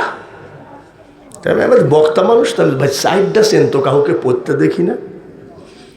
বলে, ওনার বিয়েরটা পড়িছে এক, ওনার ছেলের মুসলমানিরটা পড়েছে, ওনার নাতির জন্মদিনেরটা করেছে। সব আবার চেন দেয় কমনে, উপরে দেয়। দেখো, দেখিলাম বিয়ের ফাংশনে আজকে একটা বিয়ে পড়াই, আমি আজকে আসছি। আজকে আমি বিয়ে পড়াইছিলাম, আমি বিয়ে পড়াই না, বিয়ে পড়াও, আমি একটু দোয়া। সেই ছেলেটা কিন্তু আলেম, মুফতি, আমাকে বলছে হুজুর একটু দোয়া করেন, তাই দোয়া করেছি। বন্ধুগণ, মোনাজাতের সময় দেখি এক মহিলা ঠ্যাঙ্গে ঠ্যাং লড়ায়, আর মাথায় কাপড় নাই। তবে বাবা, এখানে মোনাজাত করে লাভ নাই, আর যদি মোনাজাত করতে হয় তাহলে এই যে ভূত আছে, এই ভূতকে দিয়ে মোনাজাত করো। আমি কিন্তু আমাদের গ্রামেও এরকম, এত সহজ কথা নয়। তোমাকে সাপোর্ট দিতে যাই যদি আমারও কি বলে জবাবদিহি হতে হয়, ওই সাপোর্টের কোনো দরকার আছে? এইবার আপনারা যে বিয়ে পড়ান, আচ্ছা ভাই, আবার এ চিনি বলতে কিছু নাই।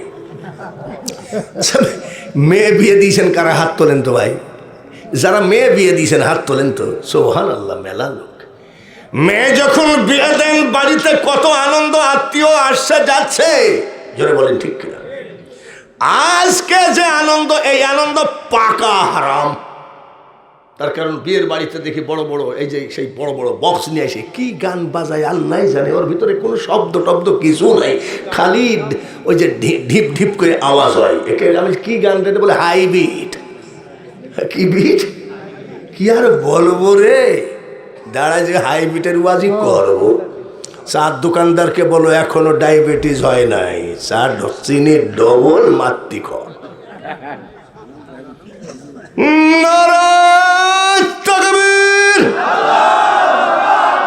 এবার ঘুমায় গেছেন নি?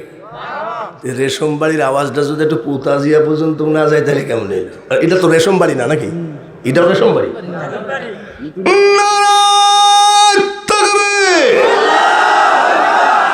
মারহাবা বলে।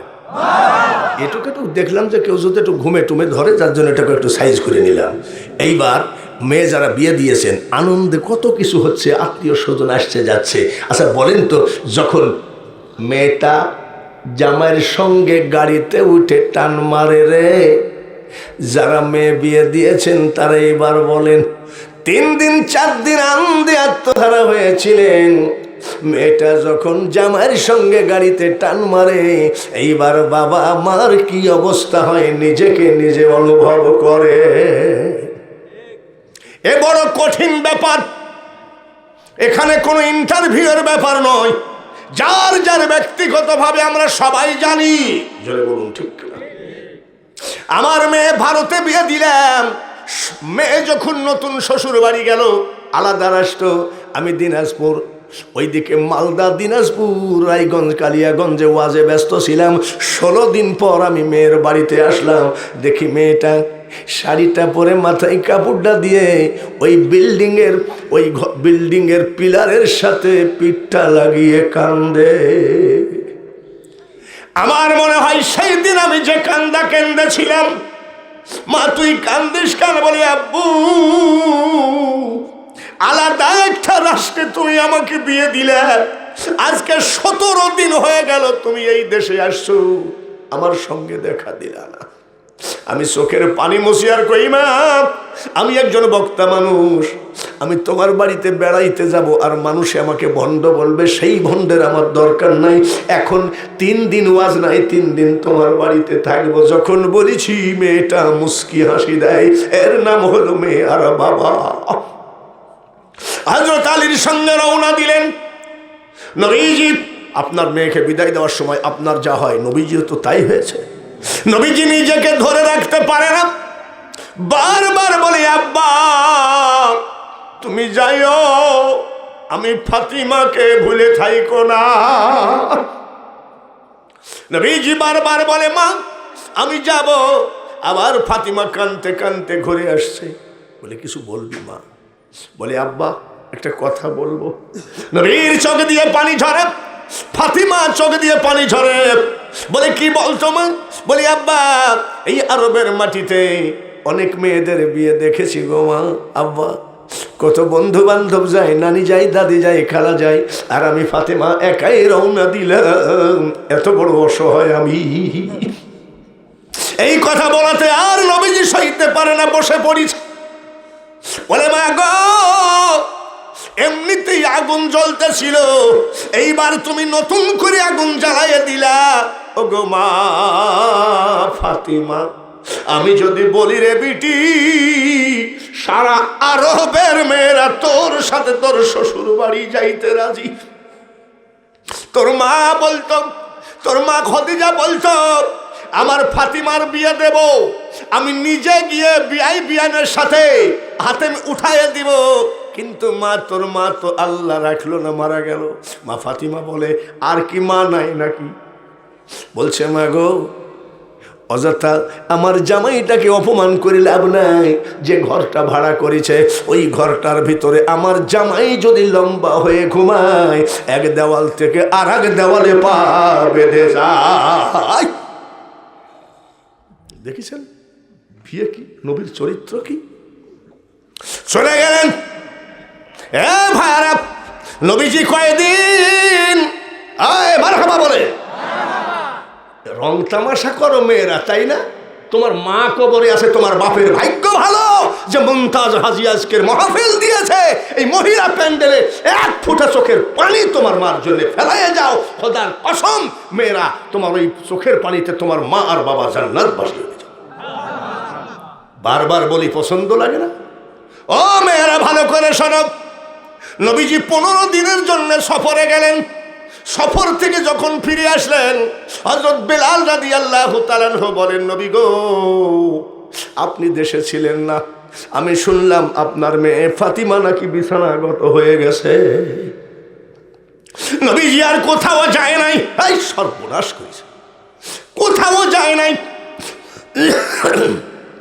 যে পোশাকে ছিল ওই পোশাকে গিয়ে মা ফাতিমার বাড়ির দরজায় দাঁড়িয়ে বলছে, আসসালামু আলাইকুম ইয়া আহলাল বাইত। মা ফাতিমা কয়, ওয়া আলাইকুম আসসালাম। দরজা খুলে দিয়ে, ফাতিমা রে, শুনলাম নাকি তুমি অসুস্থ।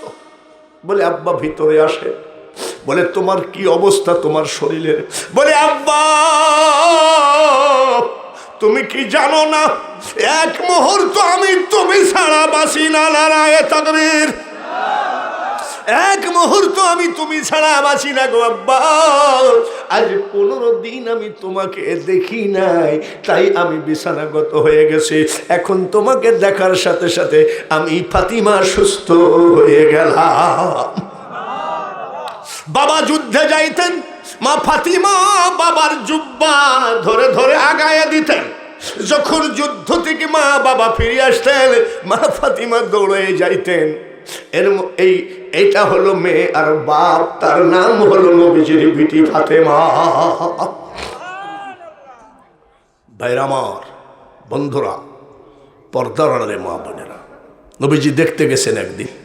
ফাতিমা, শুনলাম যে তোমার বাড়িতে খাবার হয়নি।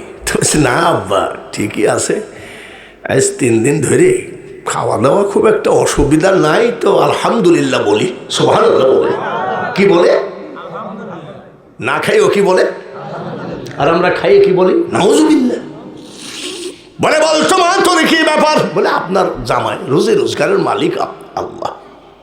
নবীজি দাও হাত তুলে দোয়া করেন, মাবুদ রে, ওরে মাবুদ, আমার ফাতিমা এত কষ্টের মধ্যে দিন কাটায়, আমি বাবা হয়ে তার কষ্ট দেখতে পারি না। তুমি আমার ফাতিমার জন্য কিছু রোজে রোজগার করো। ও মা চাষিরা, তোমরা আজকের ওয়াজ শুনে একটা নতুন জীবন কাল থেকে তৈরি করো। খাতুনে জান্নাতের চোখে পানি, নবীজির চোখে পানি। আল্লাহ তাআলা বলেন, জিবরাইল তাড়াতাড়ি চলে যাও, ফাতিমার চোখের পানি মুছতে বলো, আমার হাবিবের চোখের পানি মুছতে বলো। ওই চোখের পানি যদি জমিনে পড়ে, এক ক্রান্তি ফসল আর জমিনে জন্ম নেবে না। আমি আল্লাহ বলছি, ওহুদ পাহাড় 2টা স্বর্ণ বানিয়ে দেব, আর ফাতিমার বাড়িটা ইয়াকুত পাথর দিয়ে আমি আল্লাহ বানিয়ে দেব। কিন্তু ওদের চোখের পানি আমি আল্লাহ সইতে পারি না। জিবরাইল সালাম দিয়ে কয়, ইয়া রাসূলুল্লাহ, চোখের পানি মোছেন, ফাতিমার চোখের পানি মুছতে বলেন। আল্লাহ তাআলা বলেন, বলে কি হয়েছে? ইয়াকুত পাথর দিয়ে বানিয়ে দিবে ফাতিমার বাড়ি। তারপরে ওহুদ পাহাড় 2টা স্বর্ণ বানাইয়ে দেবে। খাতুনে জান্নাত ডাক দিয়ে কয়, আব্বা গো, আমি চোখের পানি মুছে ফেলেছি, ইয়াকুত পাথরের বাড়ি আমার দরকার নাই, ওহুদ পাহাড় আমার স্বর্ণ দরকার নাই। এই সব বিল্ডিং সোনা দানা আমার গরিব বাবার উম্মতকে দিয়ে দিতে বলেন। আমি ফাতিমার ওই টাকা পয়সা আমি চাই না। মেয়েরা পর্দার আড়ালে শোনো, মা ফাতিমাকে আগে ওজন করো। খাবার নাই ঘরে, হাসান হুসাইন কান্দে, সহ্য না করতে পেরে বিয়ের সময় একটা উড়না দিয়েছিল নবীজি, এই উড়নাটা বিক্রি করে শিগগিরই বাজার করে আনো। আর হাসান হুসাইনের দিকে তাকানো যায় না। দেখেছেন এদের ফ্যামিলির ব্যাপারটা কি? আবার ওরাই হলো জান্নাতের সর্দারিনী। জোরে বলেন ঠিক কিনা? ওরা কি জান্নাতের সর্দারিনী? কথা এখনো বাঙালি হুজুর ওয়াজ শুরু করে নাই, কেবল ভূমিকা চলছে। তো ভালো করে বসো, আজ কালেকশন তো নাই নাকি? আছে নাকি? আর কালেকশনের ওয়াজ দেখলে আমার ভয় লাগে। 2 হরফ বলতে বলতে কয় আমি দোয়া করি, চেয়ারম্যানের চোখ দিয়ে পানি পড়ছে, তার বড় ভাইয়ের চোখ দিয়ে পানি পড়ছে, আমি বক্তা, আমার চোখ দিয়েও পানি পড়ছে। মুমতাজ হাজি, তোমার ভাগ্য ভালো, সব কিছু পাওয়া যায়, আলেমদের আর মুসল্লিদের চোখের পানি পাওয়া বড় মুশকিল, এখন বর্তমানে তো নাই। আমি মাঝে মধ্যে বলি মান্নান ভাইকে যে আপনারা 2 ভাই মারা গেলে কানবে কেনা? বলে সেইটাই তো ভাবছি। হ্যাঁ ভাইয়ারা, এটা শুধু পান দেওয়া কথা নয়, ওর বাপ কেন্দে গেছে, ছেলেরা কান্দে। যখন দেখা হলো আব্দুল কি বলে মোহাম্মদ আলীর সাথে গাড়ির থেকে নেমে বুকের উপরে বুকটা দিয়ে কান্দে। কি জন্যে কান্দে আমি বুঝেছি। ভাই বড় রক্তের বাঁধন রে আব্দুল আলীম। এক ভাই যখন চলে যায় আর এক ভাইয়ের চোখের পানি শুকায় না। আজকে শুধু কান্নার চোখের পানি ফেলো, এই চোখের পানিতেই তোমার মা বাবাকে জান্নাতে নিয়ে যাবে। হযরত আলী উড়নাটা বিক্রি করলেন 6 টাকা, 6 দিরহাম। 6 টাকা দিয়ে এইবার বাজারে ঢুকবেন। না শাশিরা খুব খেয়াল করে শোনো, বাজারে ঢুকবেন এমন সময় এক লোক কয়, আসসালামু আলাইকুম আলী, 3 দিন ঘরে খাবার নাই, পারলে কিছু দেন। সঙ্গে সঙ্গে 6 টাকা দান করে দিয়েছেন। এই জন্যই তো আল্লাহওয়ালা ওরা। আর আমরা হলে কি বলতাম, বেটা আমার ঘরে খাবার নেই, ভিক্ষুক যার। ওদের শব্দ এটা না। এইবার আস্তে আস্তে বাড়ির দিকে আগাই। হাসান হুসাইনের মুখের দিকে তাকায় বিয়ের ওড়নাটা দিল, আর আমি বিক্রি করে দান করে দিলাম। বাড়ি যাই বুঝ দিব কি, তো চিন্তা করছে বুঝ দিব কি করতে করতে বলছে, আমি ফাতেমা জিজ্ঞাসা করে বলবো তোমার বাবার কথা মোতাবেক দান করেছি। কিরকম?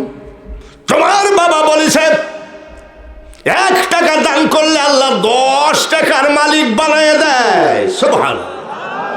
আচ্ছা, আল্লাহর কথায় কি কোনো ধোঁকাবাজি আছে? 1 টাকা দান করলে কয় টাকা দেয়? জোরে কর। 10 টাকা দেয়। ওই জন্য দান করে দিয়েছে। এইভাবে বুঝ দিব ফাতিমাকে। আসতেছে, আস্তে আস্তে কয়, এক লোক এসে কয় হযরত আলীকে একটা উট বসে, ভাই উটটা নিবেন? কইছে তুমি কি পাগল নাকি? আমার এমটি পকেট নাকি হযরত আলীর পকেটে টাকা আছে? হাট, উট বেচতে এসে বলে, ভাই আপনার কাছে যদি টাকা না থাকে তা আপনি দরদাম করে নেন, বেশি টাকা দিয়েন। বলে কত টাকা নেবেন? বলে 100 টাকা দিয়েন যান। ঠিক আছে, 100 টাকা দিয়ে বাকিটা কিনে বাজারে তুললেন। আর এক পাগড়িওয়ালা লোক এসে কয়, আলী এই সপ্তাহের ভিতরে এত সুন্দর উট ওঠে নাই, কত নেবেন? বলে ভাই কত মতো বুঝি না, 100 টাকা দিয়ে কিনা, আপনি কত দিবেন? এই পাগড়িওয়ালা কয়, আমি 160 টাকা দাম দেব। লাভ হলো কত? দান করিছে কত? 1 টাকায় কত হয়? আল্লাহর কথায় কি কোনো ভেজাল আছে নাকি? 60 টাকার মার্কেটিং করে, হাজাই মেয়েরা শোনো, 60 টাকার মার্কেটিং করে এইবার হযরত আলী বাড়ির ভিতরে ঢুকতেছে। এইবার জান্নাতের সরদারিনী পাক পাঞ্জাতনের একজন সদস্য মা ফাতিমা ডাক দিয়ে কয়, এই দাঁড়াও, কেন কত বেশি শুন না? 6 টাকা। বাজার কত? বলে 60 টাকা। 60 টাকা রাখো। কিভাবে তুমি কি বুঝলাম না, তোমার ছেলের মুখের দিকে তাকায় কি তুমি কাউকে থাপ্পড় টাপড় মারছিলে নাকি? আরে ভাই ও তো মোটর সাইকেল চালাতে চালাতে ঘুমায়, এখন বললে হবে নাকি ওটা? তারপরে কিন্তু বিয়ায় চেতন থাকে ঠিকই, অনেকে ঘুমায় আবার কয় সব শুনতেছি। কিছু কিছু লোকের অভ্যাস আছে। একদিন বিয়ার সাথে মোটর সাইকেলে গেছি, খোদার কসম দেখছি ও চালাচ্ছে, আমি চলে আসেন, আমি কি মোটর সাইকেল চালাতেছি। আল্লাহ যেন ওকে হায়াত বাড়িয়ে দেয়, সবাই বলেন আমিন। আচ্ছা, আপনার বড় ভাই কই? আমেরিকা। সুবহানাল্লাহ, নারায়ে তাকবীর। আজকে কত ভাগ্য ভালো আপনাদের। তারপরেও আপনারা একটু মসজিদে যান ভাই, আর একটু নবীজির আইন মোতাবেক চলেন। এই জামানায় দুধ খাইলেন, আর কিয়ামতের মাঠে যাই যদি বিষ খান। আপনাদের দুধের অভাব আছে? আলহামদুলিল্লাহ বলেন। এইবার দাঁড়াও, এত টাকা পাইলি কোথায়? বলে একটু ভিতরে ঢুকতে দাও। বলে না না, আমি নবীর বিটি। সুবহানাল্লাহ বলে, আমি নবীর বিটি। তুমি যে কোন জায়গার থেকে কি করে এত মার্কেটিং করে নিয়ে আসলে আমি ঢুকতে দিব? বলে আমি বলছি এর ভিতরে অবৈধ কিছু নাই, আমি ঢুকি। বলে না না, তোমাকে আগে বলা লাগবে। এই তর্ক করতেছে, মা ফাতিমা ঢুকতে দিচ্ছে না। এমন সময় আমাদের নবী মুহাম্মদুর রাসূলুল্লাহ, এই দাঁড়াও, কি হয়েছে? বলে আব্বা শোনেন, এই আপনার জামাই হাসান হুসেন আজ কয়েকদিন খাই নাই, পানি খেয়ে খেয়ে আছে। তো আপনার জামাই, ওই যে আপনি বিয়ের সময় একটা উড়না দিয়েছিলেন, এই উড়নাটা বেচতে দিয়েছিলাম। তা আপনার জামাই নিজে বলতেছে 6 টাকা। আব্বা বলেন, এই বাজার কি 6 টাকার? বলে দাঁড়াও, তুমি রাগারাগি করো না, দেখতেছি। আচ্ছা আলী, বাজার কত? বলে 60 টাকা। উড়না বেশিছো কয় টাকার? উড়না বেশিছো কয় টাকার? 6 টাকা। বাজার কত? কোথায় পাইল? ইয়া রাসূলুল্লাহ, 6 টাকা দিয়ে উড়না বিক্রি করে কেবল হাসান হুসাইনের জন্য মার্কেটে ঢুকবো, এমন সময় এক লোক হাত বাড়াইলো নাকি তার ঘরে 3 দিন খাবার নাই। আপনি বলেছিলেন যদি ক্ষুধার্ত ব্যক্তি হাত পাতে তাকে ফিরাইও না, তাই সঙ্গে সঙ্গে আমি 6 টাকা দান করে দিয়েছিলাম। ইয়া রাসূলুল্লাহ, বলে তারপরে কি হলো? আমি মনে মনে চিন্তা করতেছি, খাতুনে জান্নাতকে আমি কি বুঝ দিব, হাসান হুসাইনের মাকে কি বুঝ দিব, নবীর বিটিকে আমি কি বুঝ দিব। এরকম করতে আসতে আসতে এক পাগড়িওয়ালা বলল, ভাই উট বিক্রি করব, আমার পকেটে টাকা নাই। ওই লোকটা আমাকে দাম করে বাকি দিয়েছিল 100 টাকায়, ওই 100 টাকা দিয়ে উট দরদাম করে কিনে বাজারে তুললাম। আর এক পাগড়িওয়ালা এসে বলল 160 টাকা দেব, এই 60 টাকার বাজার। নবীজি ডাকে দিয়ে কয়, ফাতিমা, 1 টাকাও অবৈধ নাই। সঙ্গে সঙ্গে মা ফাতিমা বলছে, ওয়েলকাম, এইবার বাড়িতে ঢুকতে পারো। আর আমাদের দেশের মেয়েরা 1 গাদি ঘুষের টাকা নিয়ে এসে যদি কয়, করিমন 5 লাখ দিলাম, কিসের টাকা? টেবিলে বসে মাথা না দেয়, আর মাছের মাথা খাও। তুমি আমার জানের জান, কত টাকা জান? তুমি আমার জানের জান, কাইল আবার 5 লাখ আইনো। মাগো, ওয়াজ করলেই জান্নাতে যাওয়া যায় না। গলা ভালো হলে, কণ্ঠ ভালো হলে আন্তর্জাতিক বক্তা হওয়া যায়, কোটি কোটি টাকা কামানো যায়। জান্নাত পাওয়া এত সহজ নয়, এবং অলি হওয়াও এত সহজ নয়। নিজে ভালো করে বুঝে নিও। তোমাদের একটা, তোমার স্বামীকে গিয়ে জিজ্ঞাসা করছো, স্বামী এত টাকা তুমি পাও কোথায়? আমি শোনো মুসলমান, আমি তোমাকে বিয়ে করেছিলাম, তুমিও মুসলমান, খবরদার অবৈধ টাকা তুমি কামাইতে পারবা না। এরকম স্ত্রী বাংলাদেশ খুঁজলে আছে নাকি? জোরে কর, আছে আছে, জোরে বলেন আছে কিনা? একজন আল্লাহওয়ালা না থাকলে তো সিংহায় ফুঁক দিতে বলবে, ঠিক কিনা? আছে, কিন্তু কম না বেশি? লাখেও না, মনে হয় কোটিতে একজন থাকলেও থাকতে পারে, যার জন্য এখনো পৃথিবী কেঁপে উঠে না। আছে না আল্লাহওয়ালা লোক? হ্যাঁ, ইব্রাহিম আলাইহিস সালামের 2 জন স্ত্রী, একজন হাজের, আর একটার নাম কি গো? জোরে কোন? সারা। সায়রা বিবির বাপ খুব ধনী মানুষ, বিশাল ধনী। তিনি বলছে যে আমি কোনোদিন আমার মেয়ের জন্য আমি জামাই পছন্দ করব না, মেয়ে যাকে পছন্দ করে তাকেই বিয়ে করবে। এবার ডেলি 40টা পুরুষ আসে। কয়টা? চেয়ারম্যান যদি বলে আমার এই মাঠে 100 বিঘা জমি আছে, আমার মেয়ে যাকে পছন্দ করবে সেই জামাইকে 100 বিঘা জমি দিয়ে দিব। এবার ডেলি 10টা করে ইউনিয়ন কাউন্সিলে দেখা করো, কি পুরুষ যাবে কি যাবে না? যাবে। মানে কি, চুল একেবারে সেলুনে সাইজ করে কাইটি ক্রিম টিরিম মাইকে যায়, কয় সালামু আলাইকুম। ডেলি কয়টা? 10টা। আর উনি ডেলি কয়টা দেখায়? 40টা। দেখি কয় একটা, মা সায়রা বিবি কয় একটা পছন্দ না, পালা। সুবহানাল্লাহ।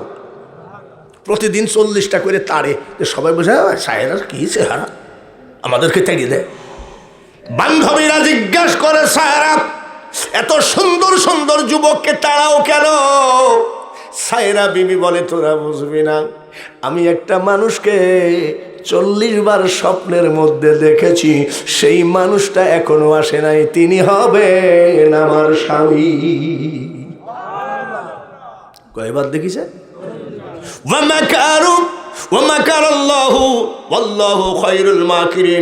আমি ওয়াজ করি বটে, কিছু কিছু ওয়াজ আমারই ব্রেনের মধ্যে ধরে না। কোন জায়গায় কোন খেলা খেলিস তুমি? পালাও, পছন্দ করে না।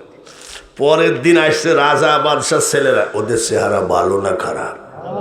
ভালো মানে কি, উঠে ঘোড়ায় চড়ে একেবারে সাইজিয়ে গুইজিয়ে চলে আসতেছে। আজকে দেখি বিয়ে করে কিনা, আজকে বিয়ে করাই লাগবে। কার ছেলেরা? কার? রাজা বাদশাহ ছেলেরা। এর ভিতরে আসতেছেন জাতির পিতা ইব্রাহিম খলিলুল্লাহ। ওনার কি শেভ করা নাকি, ক্রিম লাগানো নাকি? ও মা খালারা, জীবনে কোনোদিন মা ফাতিমা ক্রিম মাখে নাই। আয়েশা সিদ্দিকা বলেন, আমাদের ফাতিমা আমার বাড়িতে যখন আসতো, দুই একদিন থাকতো, আসার সাথে সাথে জানলা দরজা বন্ধ। ফাতিমা যখন মুখের বোরখাটা খুলতো, তার চেহারার আলোতে আমার অন্ধকার ঘর আলোকিত হয়ে যেত। আর তুমি সুন্দর হচ্ছ কি, রাত্রে একটা ক্রিম, নাইট ক্রিম, আবার ডে ক্রিম মাখতে মাখতে কয়েকদিন পর ক্যান্সার হয়ে গেছে। অজুর পানি, অজুর পানি হলো মুসলমানের জন্য বড় ক্রিম। জোরে বলেন ঠিক কিনা? 5 ওয়াক্ত নামাজের আগে যে তুমি ক্রিম মাখো, সেটা হলো অজুর পানি। জোরে বলেন মারহাবা। এবার রাজা বাদশাহ ছেলেদেরকে ইব্রাহিম আলাইহিস সালাম লম্বা দাড়ি, জুব্বা, টুপি, তসবি কয়, আব্বা আপনারা কোথায় যাবেন? বলে চাচা দোয়া করেন। কিসের দোয়া? বলে সাইরা বিবি কাউকে বিয়ে করতে চায় না, আজ আমরা যাচ্ছি, প্রতিদিন 40টা করে লোক মেলা বসাইছে, জামাই দেখা মেলা, তাই নাকি? বলে আজকে দোয়া করেন যেন আমাদের বিয়ে করে। কয়জন বিয়ে করবে? আর দোয়া চাই কয়জন? ইব্রাহিম আলাইহিস সালাম বুঝে, হ্যাঁ বেটা বলছি চাচা দোয়া করেন, ওর ভাব ভালো না, খুব কড়া মেয়ে মানুষ, দোয়া করেন। যা দোয়া মোয়া বাদ দে যা। রাজা বাদশাহ ছেলেদের আবার দোয়া লাগে নাকি? ও তো এমনি চেহারা ভালো। বুঝেছে? ইব্রাহিম আলাইহিস সালাম বলে, মাবুদ সায়রা বিবি নাকি কাউকে বিয়ে করতে চায় না, প্রতিদিন নাকি মানুষ যুবকদেরকে তাড়ায় দেয়, তুমি যদি অর্ডার দাও আমি একটু দাঁড়াইতে চাই। সুবহান। দাড়ি জুব্বা দেখলে আমাদের দেশের মেয়েরা কি কয়? পছন্দ টছন্দ করে। আমার এক ভাইস্তি আছে, আমার ভাই চিনে, মেঘদাদ এক মৌলানা, তো হাউসিং এক মহিলাকে দেখছি, তো বলছে বিয়ের তারিখ সব কমপ্লিট। পরে ওই মেয়ের মা আমাকে বলছে, শোনেন আপনি ছেলের কে? বলে আমি চাচা। বলে কিছু মনে করেন না, আমার বিয়ে হবে না। কেন? আমার মেয়ে ঘরের মধ্যে গিয়ে বলছে গলায় দড়ি দিয়েও কিন্তু ওই চাচাকে বিয়ে করবো না। এরকম আছে না? চাচা, তোমার মতন মহিলা বিয়ে না করলে এরকম বহু আল্লাহওয়ালা মেয়ে মানুষ আছে কি নেই? ভালো করে শোনেন, যারা দাড়ি রেখেছেন দাড়ি বিয়ের জন্য কাটবেন না। কাটবেন নাকি? তুমি দাড়ি রেখেছো, তুমি আল্লাহওয়ালা। এই বাংলার জমিনে তোমার মতো আল্লাহওয়ালা মেয়ে মানুষ আল্লাহ হেফাজতে রেখেছে। ইব্রাহিম আলাইহিস সালাম বলছে, আল্লাহ আমি দাঁড়াবো নাকি? তো বলছে, তোমার কি মনে বলতেছে নাকি? বলে আমার তো মনই নাই। সুবহানাল্লাহ। এই ওয়াজটুকু একটু ধরে রাখেন। ইব্রাহিম আলাইহিস সালাম কি বলছে? আমার তো মনই নাই। বলে কেন? তুমি যে বলতেছো? বলে না, তুমি অর্ডার দিলে আমি দাঁড়াই। ও আচ্ছা যাও, অর্ডার দিলাম। সুবহানাল্লাহ। রাজা বাদশাহ ছেলেরা নিজের চায়, আর উনি কার অর্ডারে? এইবার লম্বা করে দাঁড়িয়েছে। চাচা কই যায়? রাজা বাদশাহ ছেলেরা কই যান? বলছে আমিও লাইনে দাঁড়াবো। বলে মায়ের কি এর আগে খাইছেন না, আজকে নতুন খাবেন? বলে কেন? বলে ভালো ভালো চেহারা, এখানে চান্স পাই না, আপনি এরকম দাড়ি মারি জুব্বা টুব্বা নিয়ে। বলছে বাবা আমি যাবো, যাই হবে। বলে চাচা খবরদার আমার থেকে দূরে থাকেন, তার কারণ আপনার রাগে হয়তো আমারও কপাল পড়বে। বলছে আমি তোমাদের থেকে দূরেই থাকবো। দাঁড়ায় গেছে রাজা বাদশার ছেলেরা। 40 বার যাকে স্বপ্ন দেখিছেন সেই মানুষটা এক সাইডে দাঁড়িয়ে গেলেন। বিসমিল্লাহির রহমানির রহিম দাঁড়িয়ে গেলেন। এইবার মা সায়রা বিবি বলছে, অসল মাল তাড়া। রাজা বাদশাহ ছেলেদেরকে বলছে পালা। বাবা আমাদের কি এই অবস্থা করতেছে, চাচার জানি কপালে কি আছে। রাজা বাদশাহ ছেলেরা সব পলে যায়, বলছে সবই যখন হইলো চাচার ভাবনা দেখি যায়। দাঁড়িয়ে গেছে। এইবার ডাক দিয়ে বলতেছে, বান্ধবীরা রে আমার আব্বাকে বলো এই মানুষটার জন্য আমি কতদিন ধরে অপেক্ষা করেছিলাম। এটা হলো জাতির পিতা ইব্রাহিম খলিলুল্লাহ। আল্লাহওয়ালা মানুষকে বিয়ে করাতে ঠকলো না জিতলো? হাজেরার পেটে হলো ইসমাইল আর মা সায়রার পেটে হলো ইসাহাক। মারহাবা বলেন। ইসাহকের দুই বেটা, বড় বেটার নাম ইস আর ছোট বেটার নাম ইয়াকুব। ছেলে যখন বাবা যখন বৃদ্ধ হয়ে গেল ইসাহাক অনেক সময় একটু খেয়াল রাখিস রে বেটা, এই ফ্যামিলির ছেলেরা এখন খাওয়া দাওয়া বন্ধ করছে বলে আজকে 20 বছর মাছের দিকেও তাকায় না।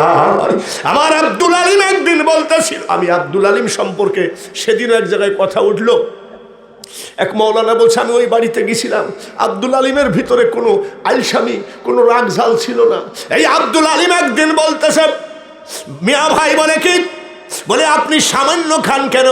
বলে তুমি কি করো? বলে আমরা পেট ভরে খাওয়ার পরেও 5 কেজি পায়েস খাইছি, কিন্তু বড় ভাইয়ের ভয়ে আমি খাই না। এই খানেওয়ালার ছেলেরা আজ তাদের খাওয়া নাই, আজ তাদের হাঁটতে গেলে 5 জন লাইট দিয়ে পাহারা দেওয়া লাগে। এখন আর কতদিন?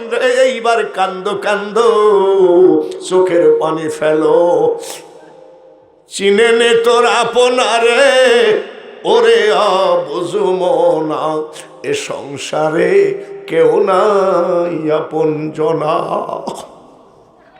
মাঝে মধ্যে ওয়াজ করি, অসুস্থ লাগতে পারে কি পারে না? সামান্য খাই, আপনারা 10 মিনিট 15 মিনিট 20 মিনিটে বাড়ি যাবেন, আর আমার বাড়ি যাইতে লাগবে 2.5 ঘন্টা। যাইতে যাইতে ফজর হয়ে যায়, ফজরের নামাজ পড়ে ঘুমায় যায়। ও বাবাজি, যদি একটু পেটে ব্যথা করে, একটু যদি শরীরটা খারাপ করে রে, আর ডাইনে বামে কাউকে দেখি না, তবে স্ত্রীকে ভোলা যাবে না। স্ত্রী হলো স্বামীর একমাত্র বান্ধবী, আর স্ত্রী বান্ধবী হলো একমাত্র স্বামী। এটা কিন্তু এখনো আছে। আমি মাঝে মধ্যে কান্দি যে কার জন্য কি করলাম রে, কি করছি? একটু কম পড়লে ছেলেদের মুখের দিকে তাকানো যায় না, বউদের মুখের দিকে তাকানো যায় না। সব ধান্দা বাদ দাও, যাই নামাজের ধান্দা করো। জোরে বলেন ঠিক কিনা? সব ধান্দা বাদ দিয়ে কলবের মধ্যে আমার মওলাকে ঢোকাও। লা ইলাহা, একটু জোরে জোরে ছাড়েন তো। লা ইলাহা, সবাই লা ইলাহা, লা ইলাহা ইল্লাল্লাহু মুহাম্মাদুর। বাবা বৃদ্ধ হয়ে গেলে বেটারে একটু খেয়াল রাখিস। এই বাবার সঙ্গে শাহজাদপুর গেলি, যা চালি বাবা তাই কিনে দিল। বাবার পকেটে টাকা নাই রে বেটা, ঘড়ি বন্ধুক রেখে বাবা তোর মনের আশা মিটাইছে। সেই বাবা যখন বৃদ্ধ হয়ে যায়, তোর যখন অনেক কিছু মনে চাই, তোর বাবারও মনে চাই। ঠিক কিনা? তুমি তোমার স্ত্রীর মার্কেটিং করতে রওনা দিলা, ওই সময় তোমার মা, তোমার বাবা হারা, তোমার বিধবা মা তোমার ঘরে আছে, আর চলতে পারে না। তোমার বোর জন্য মার্কেটিং করার আগে তোমার মাকে জিজ্ঞাসা করো, মা গো তোমার কিছু কিনার আছে নাকি? মা কিন্তু আমেরিকান ক্রিম, ইন্ডিয়ান পাউডার কিনতে বলবে না, জার্মানি শাড়ি কিনতে বলবে না। মা ডাক দিয়ে বলবে, বেটারে তোর বাবার একটা অভ্যাস ছিল রে, বাজারে গেলে 2 খান জিলাপি হলে আনত। আমার জন্য 2 খান জিলাপি আনিস, 250 গ্রাম জিলাপি আনবা। তোমার মা খাবে আর বলবে আল্লাহ আল্লাহ। 4 বছর স্বামী মারা গেছে, 4 বছর বিধবা। আমার ছেলে আমাকে জিলাপি খাওয়াইছে, আমার ছেলেকে জীবনে ভাতে কাপড়ে কষ্ট দিও না, এর নাম হলো মা। মার্কেটে যাওয়ার আগে মার কাছে যাও, বাবার কাছে যাও, আব্বা তোমার কি কিছু মনে চায়? এইবার ইসহাক আলাইহি ওয়াসাল্লাম চোখে কম দেখে বৃদ্ধ হয়ে গেছে, বড় ছেলেকে ডাক দিয়ে কয়, ইসহাক আলাইহিস সালামকে, ইব্রাহিম আলাইহিস সালামের ছেলে মা সায়রার বেটা ডাক দিয়ে কয়, ছেলেরা আমার একটু মাংস খাইতে মনে চাই। কি বাপের মনে চায় না? তুমি রং তামাশা তোমার বউকে নিয়ে হানিমুন করতেছো, তোমার মার কিছু মনে চায় না? কক্সবাজার থেকে আসতেছো, গোপনে গোপনে তোমার বোর আলমারির ভিতরে ঢুকাচ্ছ, তোমার মার জন্য একটা কিছু আনিছো? তোমার বোর জন্য 14 কোটি টাকা নিয়ে আসো, আর তোমার মার জন্য একটা সাদা একটা কি বলে গামছা নিয়ে এসে তোমার মাকে দিও। খোদার কসম তোমার মা ওই গামছাটা বুকে করে বলবে, আল্লাহ আমার ছেলেকে অভাব দিও। আর তোমার বোর যদি একটু মার্কেটিং হয়ে যায়, কি বলে কমা হয়ে যায়, সঙ্গে সঙ্গে এইভাবে সিঁড়ি বলবে তোমার ভাত খাওয়াই ঠিক না। এর নাম বউ। ছেলেরা, বউ তালাক দিলে বউ পাওয়া যায়, ঠিক কিনা? বউ মারা গেলে বউ পাওয়া যায়, ঠিক কিনা? বউ পলায় গেলে বউ পাওয়া যায়, ঠিক কিনা? যাও দেখি মাকে কোথায় পাওয়া, গোরস্থানে গিয়ে কান্দো মা। তুমি জানো না পৃথিবীতে যার মা কবরে গেল, বাবা কবরে গেল, তার আর নালিশের জায়গা রইল না। দাঁত থাকতে দাঁতের মর্যাদা বুঝো। হ্যাঁ ভাইরা, মাংস খেতে চাইছে বড় ছেলের কাছে। ওনার স্ত্রী ছোট ছেলেকে ডাক দিও। ছোট ছেলের নাম কি? ইয়াকুব। ছোট ছেলের নাম কি? আব্বা। শুন, তোর আব্বা কিন্তু জাতির পিতার ছেলে। মারহাবা বলেন। তোর আব্বা এখন যাহা বলবে তাহা হবে। যাওয়ার সময়, বিদায়ের সময় যা বলবে তাই। খোদার কসম, 10 কোটি টাকার মালিক একটা ছেলে, সে বাবাকে দেখতে পারে না। আর মাঠে ঘাটে একটা ছেলে, বাবা যদি খালি বলে যায় তোর ভাতের অভাব হবে না, রাইফেলের গুলি মিস হবে, মা আর বাবার দোয়া মিস হবে না। দেখবে একদিন যে বাপকে দেখতে পারে না, মাকে দেখতে পারে না, শাশুড়িকে সোনার গহনা দিয়ে সাজিয়ে রেখেছে, ওই 10 কোটি টাকার ছেলে একদিন গরিব হয়ে যাবে, কাঙ্গাল হয়ে যাবে, দেউলিয়া হয়ে যাবে, ব্যবসায় মার খেয়ে যাবে। ঢাকার থেকে বাসা আলা বলবে বাসা চলে দাও, সেই ছেলে আবার রেশম বাড়ি এসে বলবে আমি বুঝতে পারিনি, তুই আমাকে কিছু সহযোগিতা কর, আপাতত তুই আমাকে সাইডে ডাল ভাত দে। তার কারণ ও হলো বাবার বরদোয়া, আর এটা হলো বাবার দোয়া। মা বলতেছে ছোট ছেলেকে, এক কাজ কর। বলে কি? তুই এক কাজ কর, এই টাকা নিয়ে তোর বাবাকে মাংস আনিয়ে দে। বলে বাবা তো বড় ভাইয়ের কাছ থেকে চাইছে। বলে আমি তোর মা, দোয়াটা তুই লে। দেখবেন মাকে যদি জিজ্ঞাসা করে চাষি তোমার ছেলে কয়টা? বলে 5টা। আচ্ছা তোমার কাছে আদরের কেডা? বলবে আমার কাছে সবগুলোই সোনার টুকরা। মা বলবে কি? বলবে না? কিন্তু মা দরদি ছোট ছেলের দিকে একটু না একটু টান থাকে, এটা মা শিকার খায় না। আমার তো 2টা ছেলে, একই কাপড় কিনলে আমার স্ত্রী দেখি ছোট ছেলের ওইটা একই রকম নাকি। তার মানে বোঝা যায় যে মার ভালোবাসা একটু হলেও ঢলন আছে। কোন দিক? কোন দিক? ছোটর দিকে। এইবার মা বলতেছে ইয়াকুব আলাইহিস সালামকে তুমি মাংস নিয়ে আসো। মাংস নিয়ে আসা হলো। যে জায়গায় মাংস পাওয়া যাবে না সেই জায়গায় মাংস মিলাইয়া যাওয়া হলো। মাংস নিয়ে এসে রান্না করে বলছে বাবা ইয়াকুব রে, তোর বাবাকে তুই দিয়াই, বাবার দোয়া লাগে কি লাগে না? লাগে। অনেক সময় আমরা মার ওয়াজ বেশি করি, তো এক মুরব্বী চাটমোহরে বলতেছে কি জানেন, এই ভাই আপনারা কি মার ওয়াজই জানেন না, বাবার ওয়াজ নাই নাকি? আমি ঠিকই বলেছে, খালি মার ওয়াজটাই বেশি হয়ে যায়। হ্যাঁ ভাই, আরে বাবার দোয়া কবুল হয় কি হয় না? খবরদার ভুল করো না, ভুল করো না। এই ভুলের সংশোধন জীবন ভর দিতেও পারবা না। এর নাম বাবা আর মা। আসো বন্ধুগণ, ভাইয়ের আমার, বলছে মা বড় ভাইয়ের কাছে চাইছিল, তা আমি নিয়ে যাব কেন? বলে আমি তোর মা বলছি তুই যা না। তো বলছে ঠিক আছে মা, আমি একটা কথা বলি। বলে কি? তুই আব্বা তো চোখে দেখে না, তো আমার তো যদি চাইপি ধরে আমাকে গায়ে হাত দেয়, তো বড় ভাইয়ের গায়ে তো লম্বা লম্বা লোম আছে, আমার গায়ে তো লম্বা লোম নাই, তো আব্বা যদি টের পায়। মা দরদি উটের চামড়া ইয়াকুব আলাইহিস সালামের গায়ে লাগায় দিয়ে বলছে তোমার বড় ভাইয়ের মতন একটু গলা করে কথা বলবা, তোমার আব্বা টের পাবে না। উটের চামড়া লাগাই দিলাম। নবীদের ছেলেরা মিথ্যাবাদী হয় না সত্যবাদী হয়? কেবল ডাক দিয়ে বলছে তুই কে রে? বলছে আব্বা। খালি বলছে তুই কে? বলছে আব্বা আমার দোষ নাই, মা আমাকে পাঠাইছে। শিকার খেয়ে ফেলছে। সঙ্গে সঙ্গে হযরতে ইসহাক আলাইহিস সালাম ছোট ছেলে ইয়াকুবকে ডাক দিয়ে বলল, মাবুদ গো, আমি চাইছিলাম এই মরণের আগে আমার দুয়াটা বড় ছেলেকে দিব, কিন্তু আমার স্ত্রী চাইলো ছোট ছেলেকে দিতে। আয় রে বেটা আয়, তোর মা যখন চাইলো আমি ইব্রাহিম আলাইহিস সালামের ছেলে, আরে মাবুদ আমার ইয়াকুবের বংশে ৭০,০০০ নবী বানায় দিও। কত হাজার? আবার দুয়াটা দেখিছে নবী বানাইয়া দিও।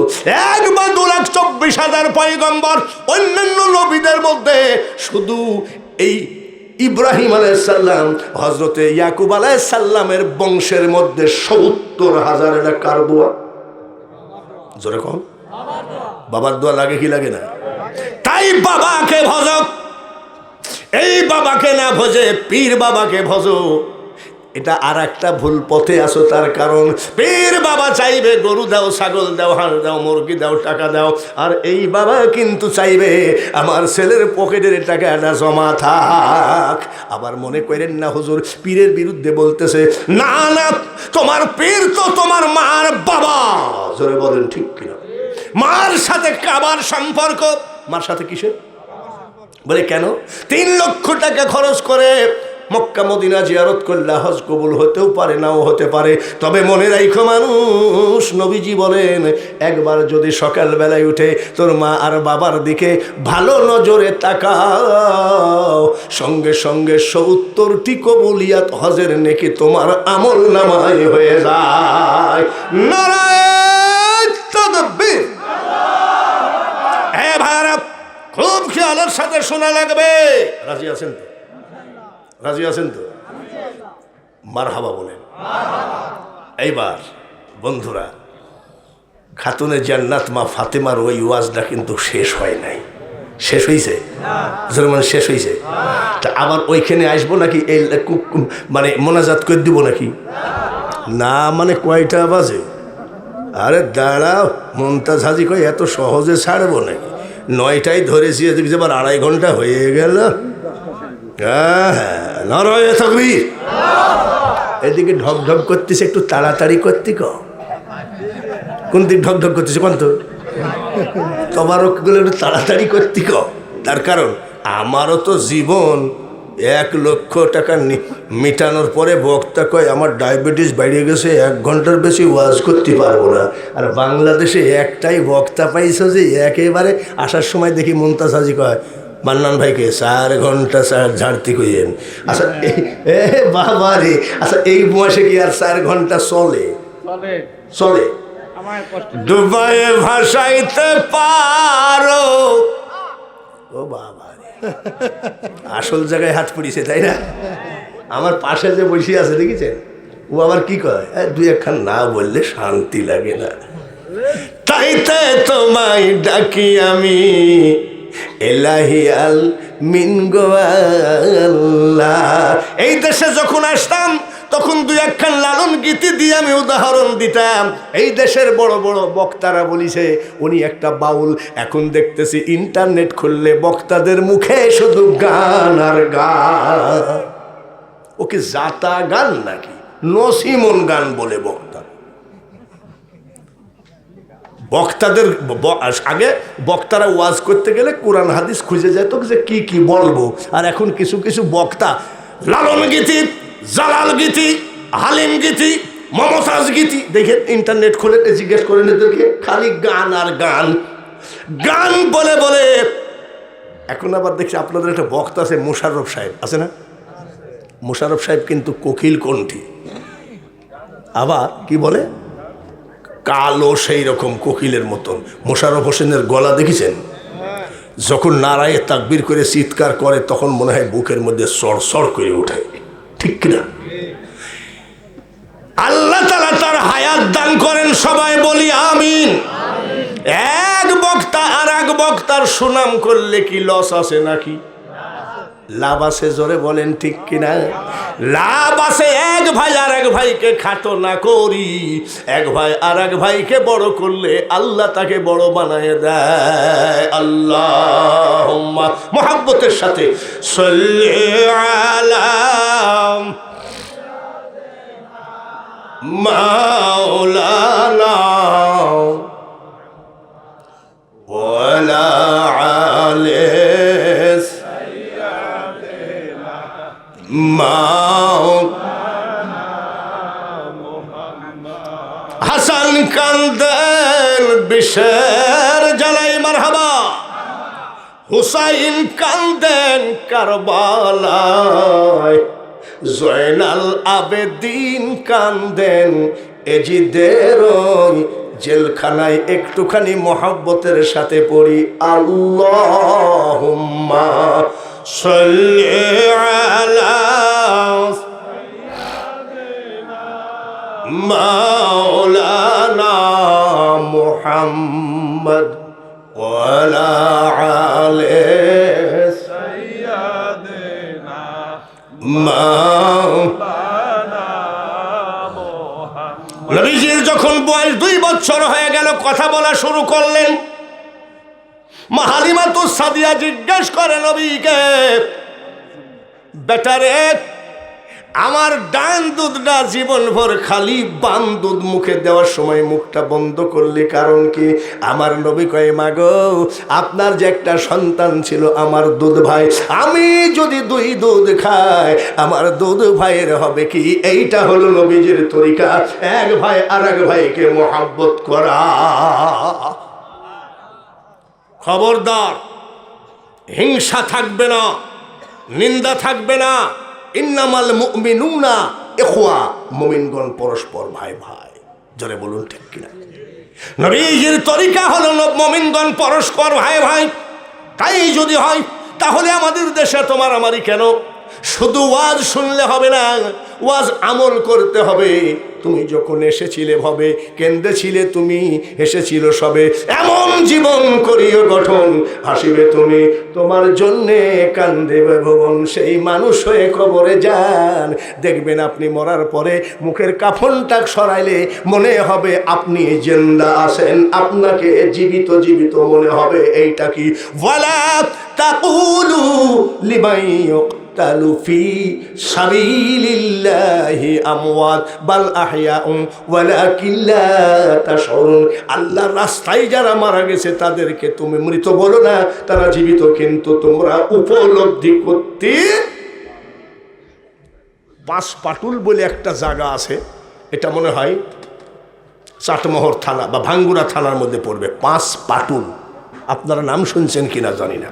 সেখানে শাহ আব্দুর রহমান রহমতুল্লাহের মাজার মাদ্রাসায় আমি কয়েক বছর কালেকশন করি, সেখানে বক্তা। হঠাৎ করে ওই গোরস্থানকে রাজমিস্ত্রি দিয়ে ওই গোরস্থানকে প্রাচীর বানাবে। রাজমিস্ত্রি প্রাচীর দেওয়ার জন্য আস্তে আস্তে কাটতে কাটতে যায়, কাটতে কাটতে গিয়ে দেখে একটা মহিলার তাজা কান। তাজা কান, গোরস্ত কি বলে, রাজমিস্ত্রি তো একটু ভয় পাইছে। সবাই বলছে ভাই তাজা কান, বলে দেখেন তো। খুঁড়তে খুঁড়তে দেখেন, খুঁড়তে খুঁড়তে দেখেন একজন মহিলার লাশ পচে নাই। তখন জিজ্ঞাসা করা হলো এই মহিলা কে গো? ওই এলাকার লোক বলল, জীবনে এই মহিলা স্বামীর উপর থেকে জীবনে কোনোদিন রাগ করে স্বামীর উপরে কথা বলে না। খাতুনে জান্নাত মা ফাতিমাতুজ জোহরা রাদিয়াল্লাহু তাআলা আনহা হযরত আলীকে ওযু বানায় দিয়েছেন, স্বামীকে ওযু বানায় দিয়েছেন। খুব খেয়াল, ওযু বানায় দিয়েছেন। এইবার যেদিন মা ফাতিমাতুজ জোহরা মারা যাবেন, তার একটা টার্গেট ছিল, নবীজির কাছে বসে বসে কাঁদতেছিলেন। হঠাৎ করে নবীজি বলছে, আই ফাতিমা তুমি কাঁদো না, 6 মাস পরে আমার সাথে দেখা হবে। তার কারণ নবীজির মরার 6 মাস পরে মা ফাতিমা বিদায় হয়ে গেছে। নবীজি চুপ, ফাতিমা চুপ হয়ে গেলেন। আয়েশা সিদ্দিকা বলেন, এ ফাতিমা তোমার আব্বা কানে কানে কি বললো, চুপ হয়ে গেল? বলে আমার আব্বা বলেছে 6 মাস পরে দেখা হবে। সেই দিন থেকে যেদিন তার টার্গেট হিসাব করতে করতে 6 মাস হয়ে গেছে, হযরত আলীকে ওযু বানানার কান্দেন। হযরত আলী বলছে, ফাতিমা আপনি কান্দেন কেন? জোরে বলেন মারহাবা। কত মহাব্বত দেখেছেন, আপনি কান্দেন কেন? বলে স্বামী গো, আজ আমার লাস্ট, আজ আমার শেষ গোসল করানো। আমার আব্বা যে বলেছিল সেইটাই। হাসান হুসাইনকে গোসল করাচ্ছেন। এইবার হাসান হুসাইন বলে, মা তুমি কান্দো কেন মা? হাসান হুসাইন মা ফাতিমা বলতেছে, বেটারে আজ আমার জীবনের শেষ গোসল করানো হয়ে গেল। এশার নামাজ পড়ে যাই নামাজে চিৎকার করে কান্দেন। এই নবীর বেটি কান্দা লাগে নাকি? কান্দা লাগে? আমাদের দেশে কিছু পীরের মুরিদও তো নামাজ পড়ে না। নামাজ পড়ো না কেন? বলে আমার বাবা আছে, তোরাই নেবে। পাগল বাবার নবীর বেটির কান্দা লাগে? কান্দতেছে। জানলার দরজা বন্ধ করে কান্দেন। এইবার জানলার পাশে হাসান হুসাইন কান লাগানো, হযরত আলী কান লাগানো। কি বলে কাঁদতেছেন জানেন? আমার হাসান হুসাইনকে তুমি অভাবে ফেলাইও না এটা বলছে না, আমার স্বামীকে অভাবে ফেলাইও না এটা বলতেছে না। খাতুনে জান্নাত চিৎকার করে করে যাই নামাজে বসে বসে কান্দে, মাবুদ গো, ওগো মাবুদ, আমার জীবনে আমি ফাতেমা আমার চুলের আগা স্বামী ছাড়া পৃথিবীতে কেউ দেখে নাই। আর আমি এত পর্দা করেছি, আমি তোমার হাবিবের মেয়ে। আজকে আজরাইল এসে আমার বুকে হাত মারবে, আমি যে বেপর্দা হয়ে যাব। এই জন্যে মাবুদ গো, জীবন দেওয়ার সময় আজরাইল লাগে নাই, আর জীবন নেওয়ার সময় কেন আজরাইল লাগে? লা ইলাহা, আরো জোরে লা ইলাহা, সবাই লা ইলাহা, লা ইলাহা, লা ইলাহা ইল্লাল্লাহু মুহাম্মাদুর রাসূলুল্লাহ। আল্লাহ আল্লাহ আল্লাহ আল্লাহ আল্লাহ, লা ইলাহা ইল্লাল্লাহু মুহাম্মাদুর রাসূলুল্লাহ। আল্লাহুম্মা সাল্লি আলা মাওলানা, মুহাব্বতের সাথে ওয়ালা আলে মা।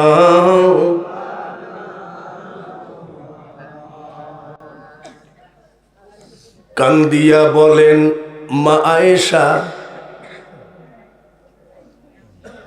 অতি কষ্টে নবী যে দিন কাটালেন, আহ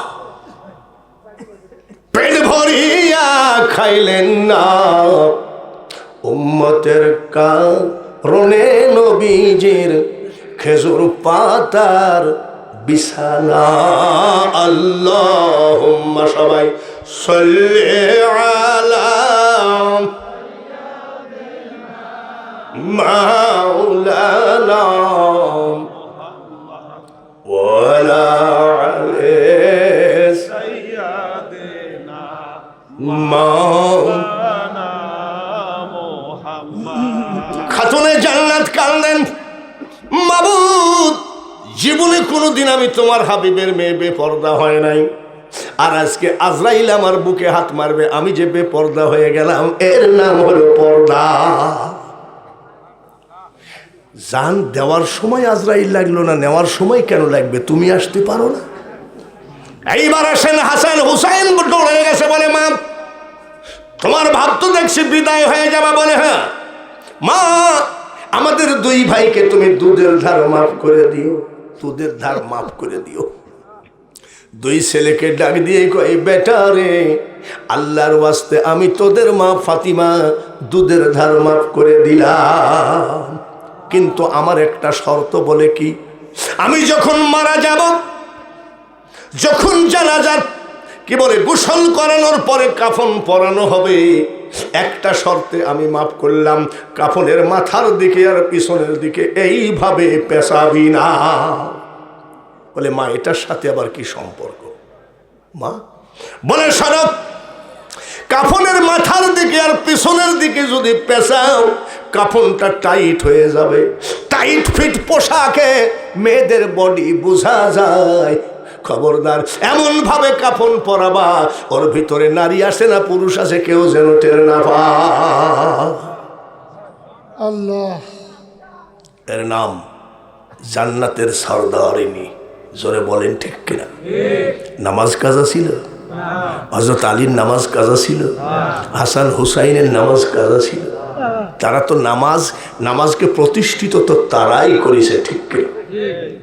সেই হুসাইন তলোয়ার নিয়ে কারবালার মাটিতে সীমার যখন বুকের উপরে বসে গেল, হুসাইন সমস্ত দেহ ফুটা ফুটা করে ফেলেছে। এজিদে বাহিনী রক্তের মতো তীরের মতন রক্ত ছুটেছে।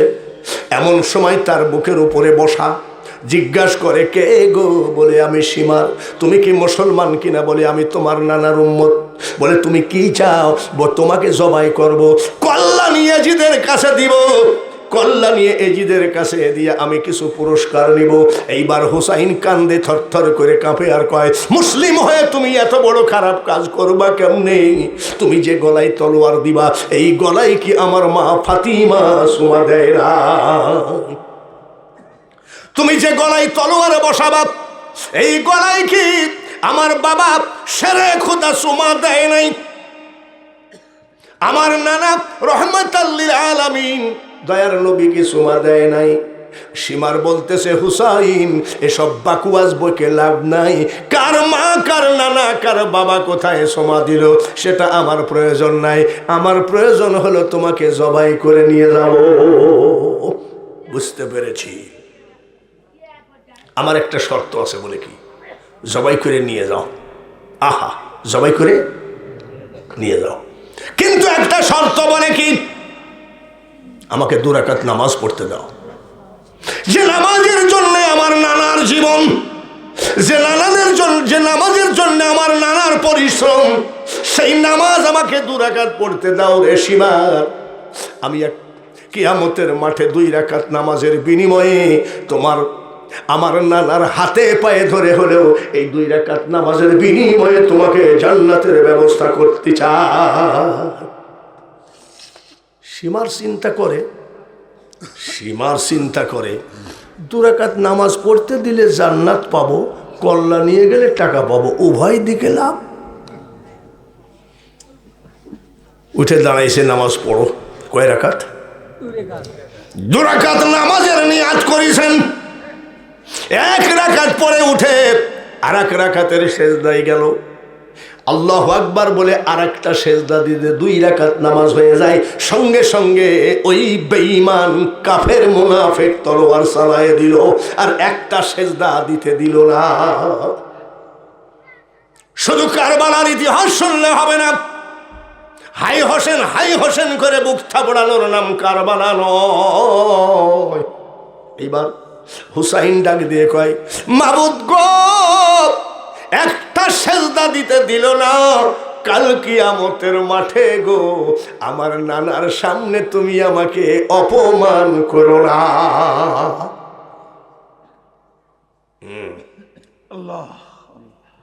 আমার আল্লাহ কি কয়? হুসাইন নামাজ করো না। সুবহানাল্লাহ বলা লাগে?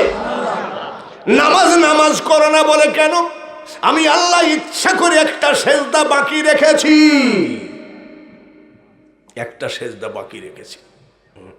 এই সেজদাটা তুমি কাল কিয়ামতের মাঠে কোটি কোটি মানুষের সামনে আমার কুদরতি পার উপরে দিবা। আমি বেনামাজিদেরকে দেখাবো, দেখো একটা সেজদার কত ইজ্জত, কত দাম। জিবরাইল বলেন, মাবুদ আমি জিবরাইল ফেরেশতা আপনাকে প্রশ্ন করতে চাই, আপনি সব থেকে কি পছন্দ করেন?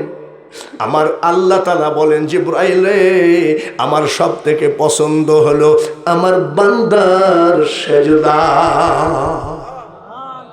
মা ফাতিমা মানে নামাজ, হযরত আলী মানেই নামাজ, হাসান হুসাইন মানেই নামাজ।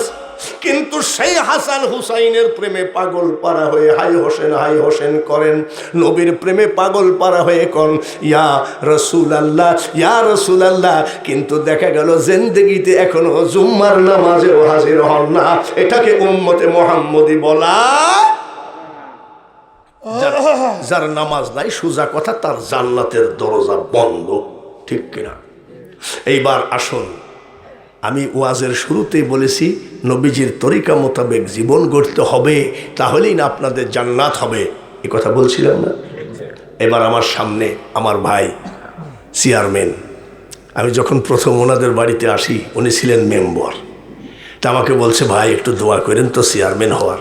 তা আমি বলছিলাম যে যান, আমি দোয়া করলাম চেয়ারম্যান আপনি হবেন, এখানেই তো একেবারে প্রমাণ আছে, যান চেয়ারম্যান হবেন। হঠাৎ করে দেখি রাউতারার বান ভেঙে গেছে। ভেঙে গেলে ধান 1 কেজি ধানও আসবে না। মান্নান ভাই আমাকে বলার সাথে সাথে আমি বলছি ওখানে একটা দুয়ার ব্যবস্থা করেন।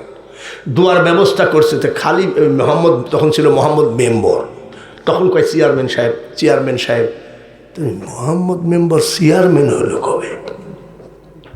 বলে হুজুর উনি ভারপ্রাপ্ত চেয়ারম্যান।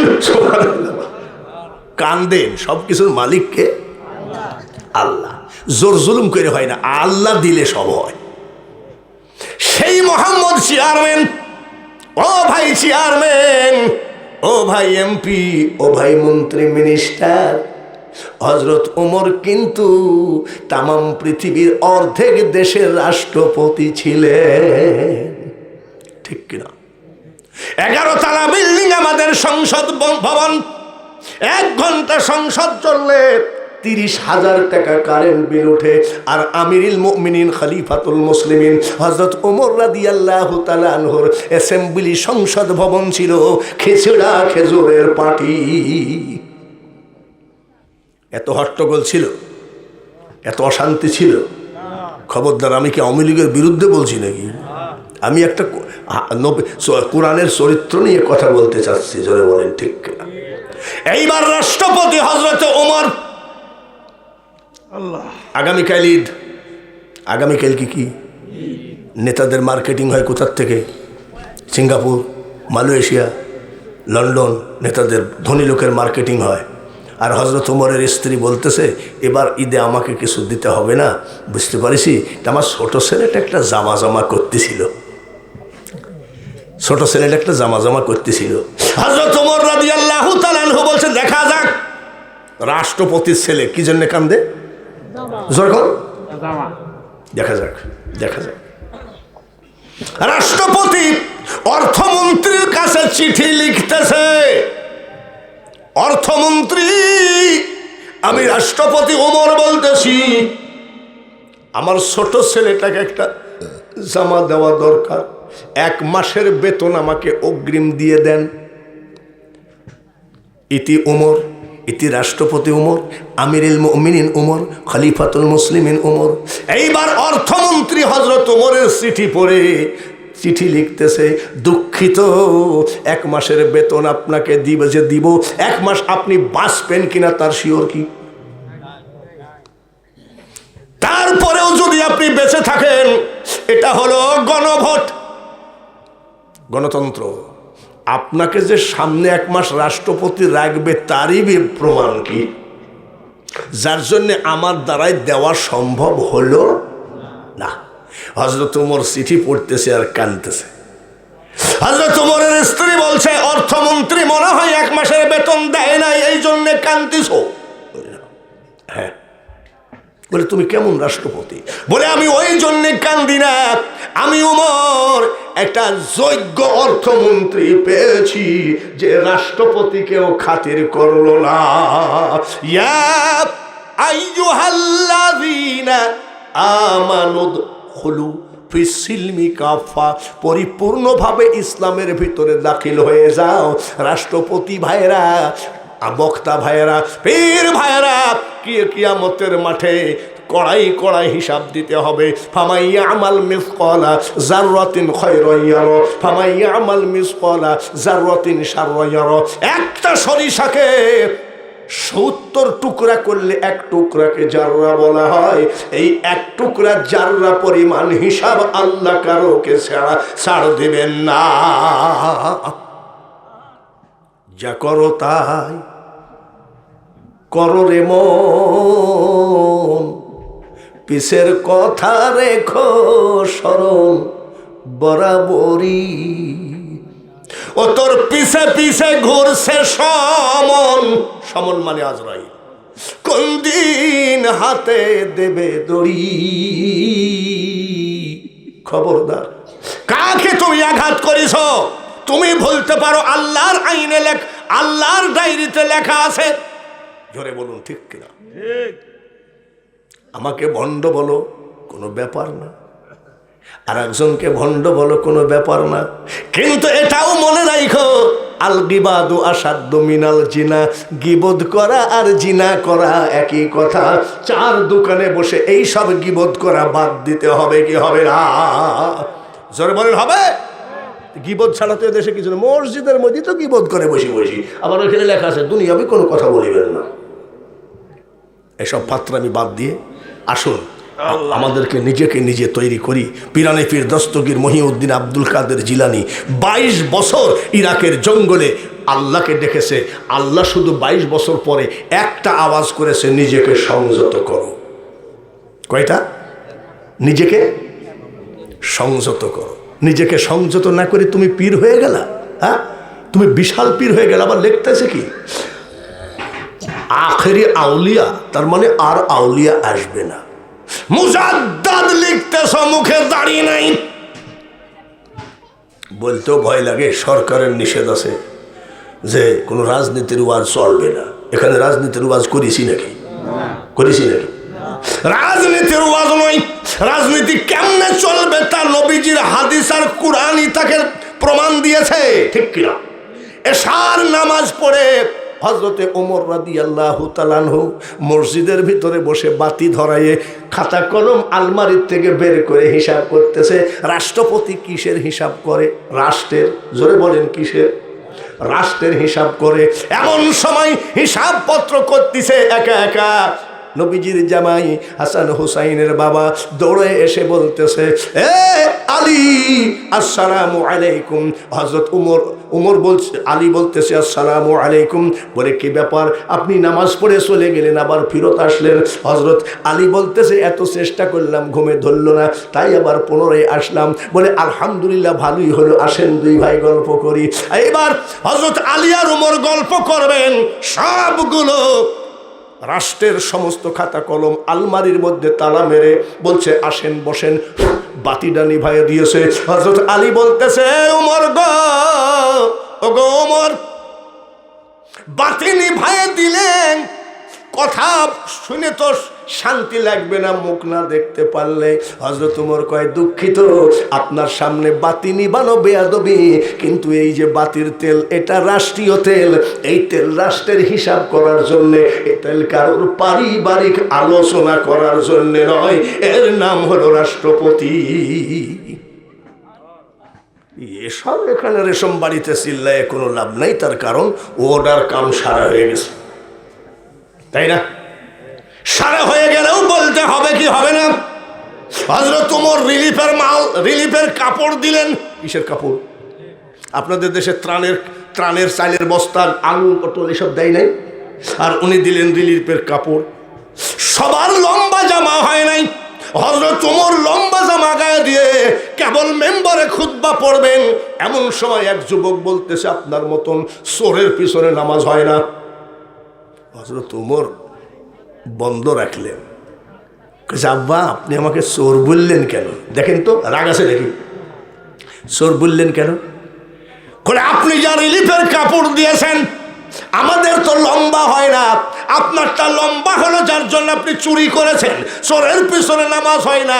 উনি খুতবাটা হাতে করে বলছে, আব্বা তুমি ঠিকই বলেছো, চোরের পিছনে নামাজ হয় না। আমি উমরেরটাও লম্বা হলো না, লম্বা হতো না। আমি আর আমার বড় ছেলের যে ভাগটা পাইছিলাম, আমার বড় ছেলেরটা আর আমারটা এক জায়গায় করে জুব্বা লম্বা হয়েছে। এইবার ওই যুবক বলতেছে, আপনার মতন পবিত্র মানুষের পিছনেই নামাজ হবে।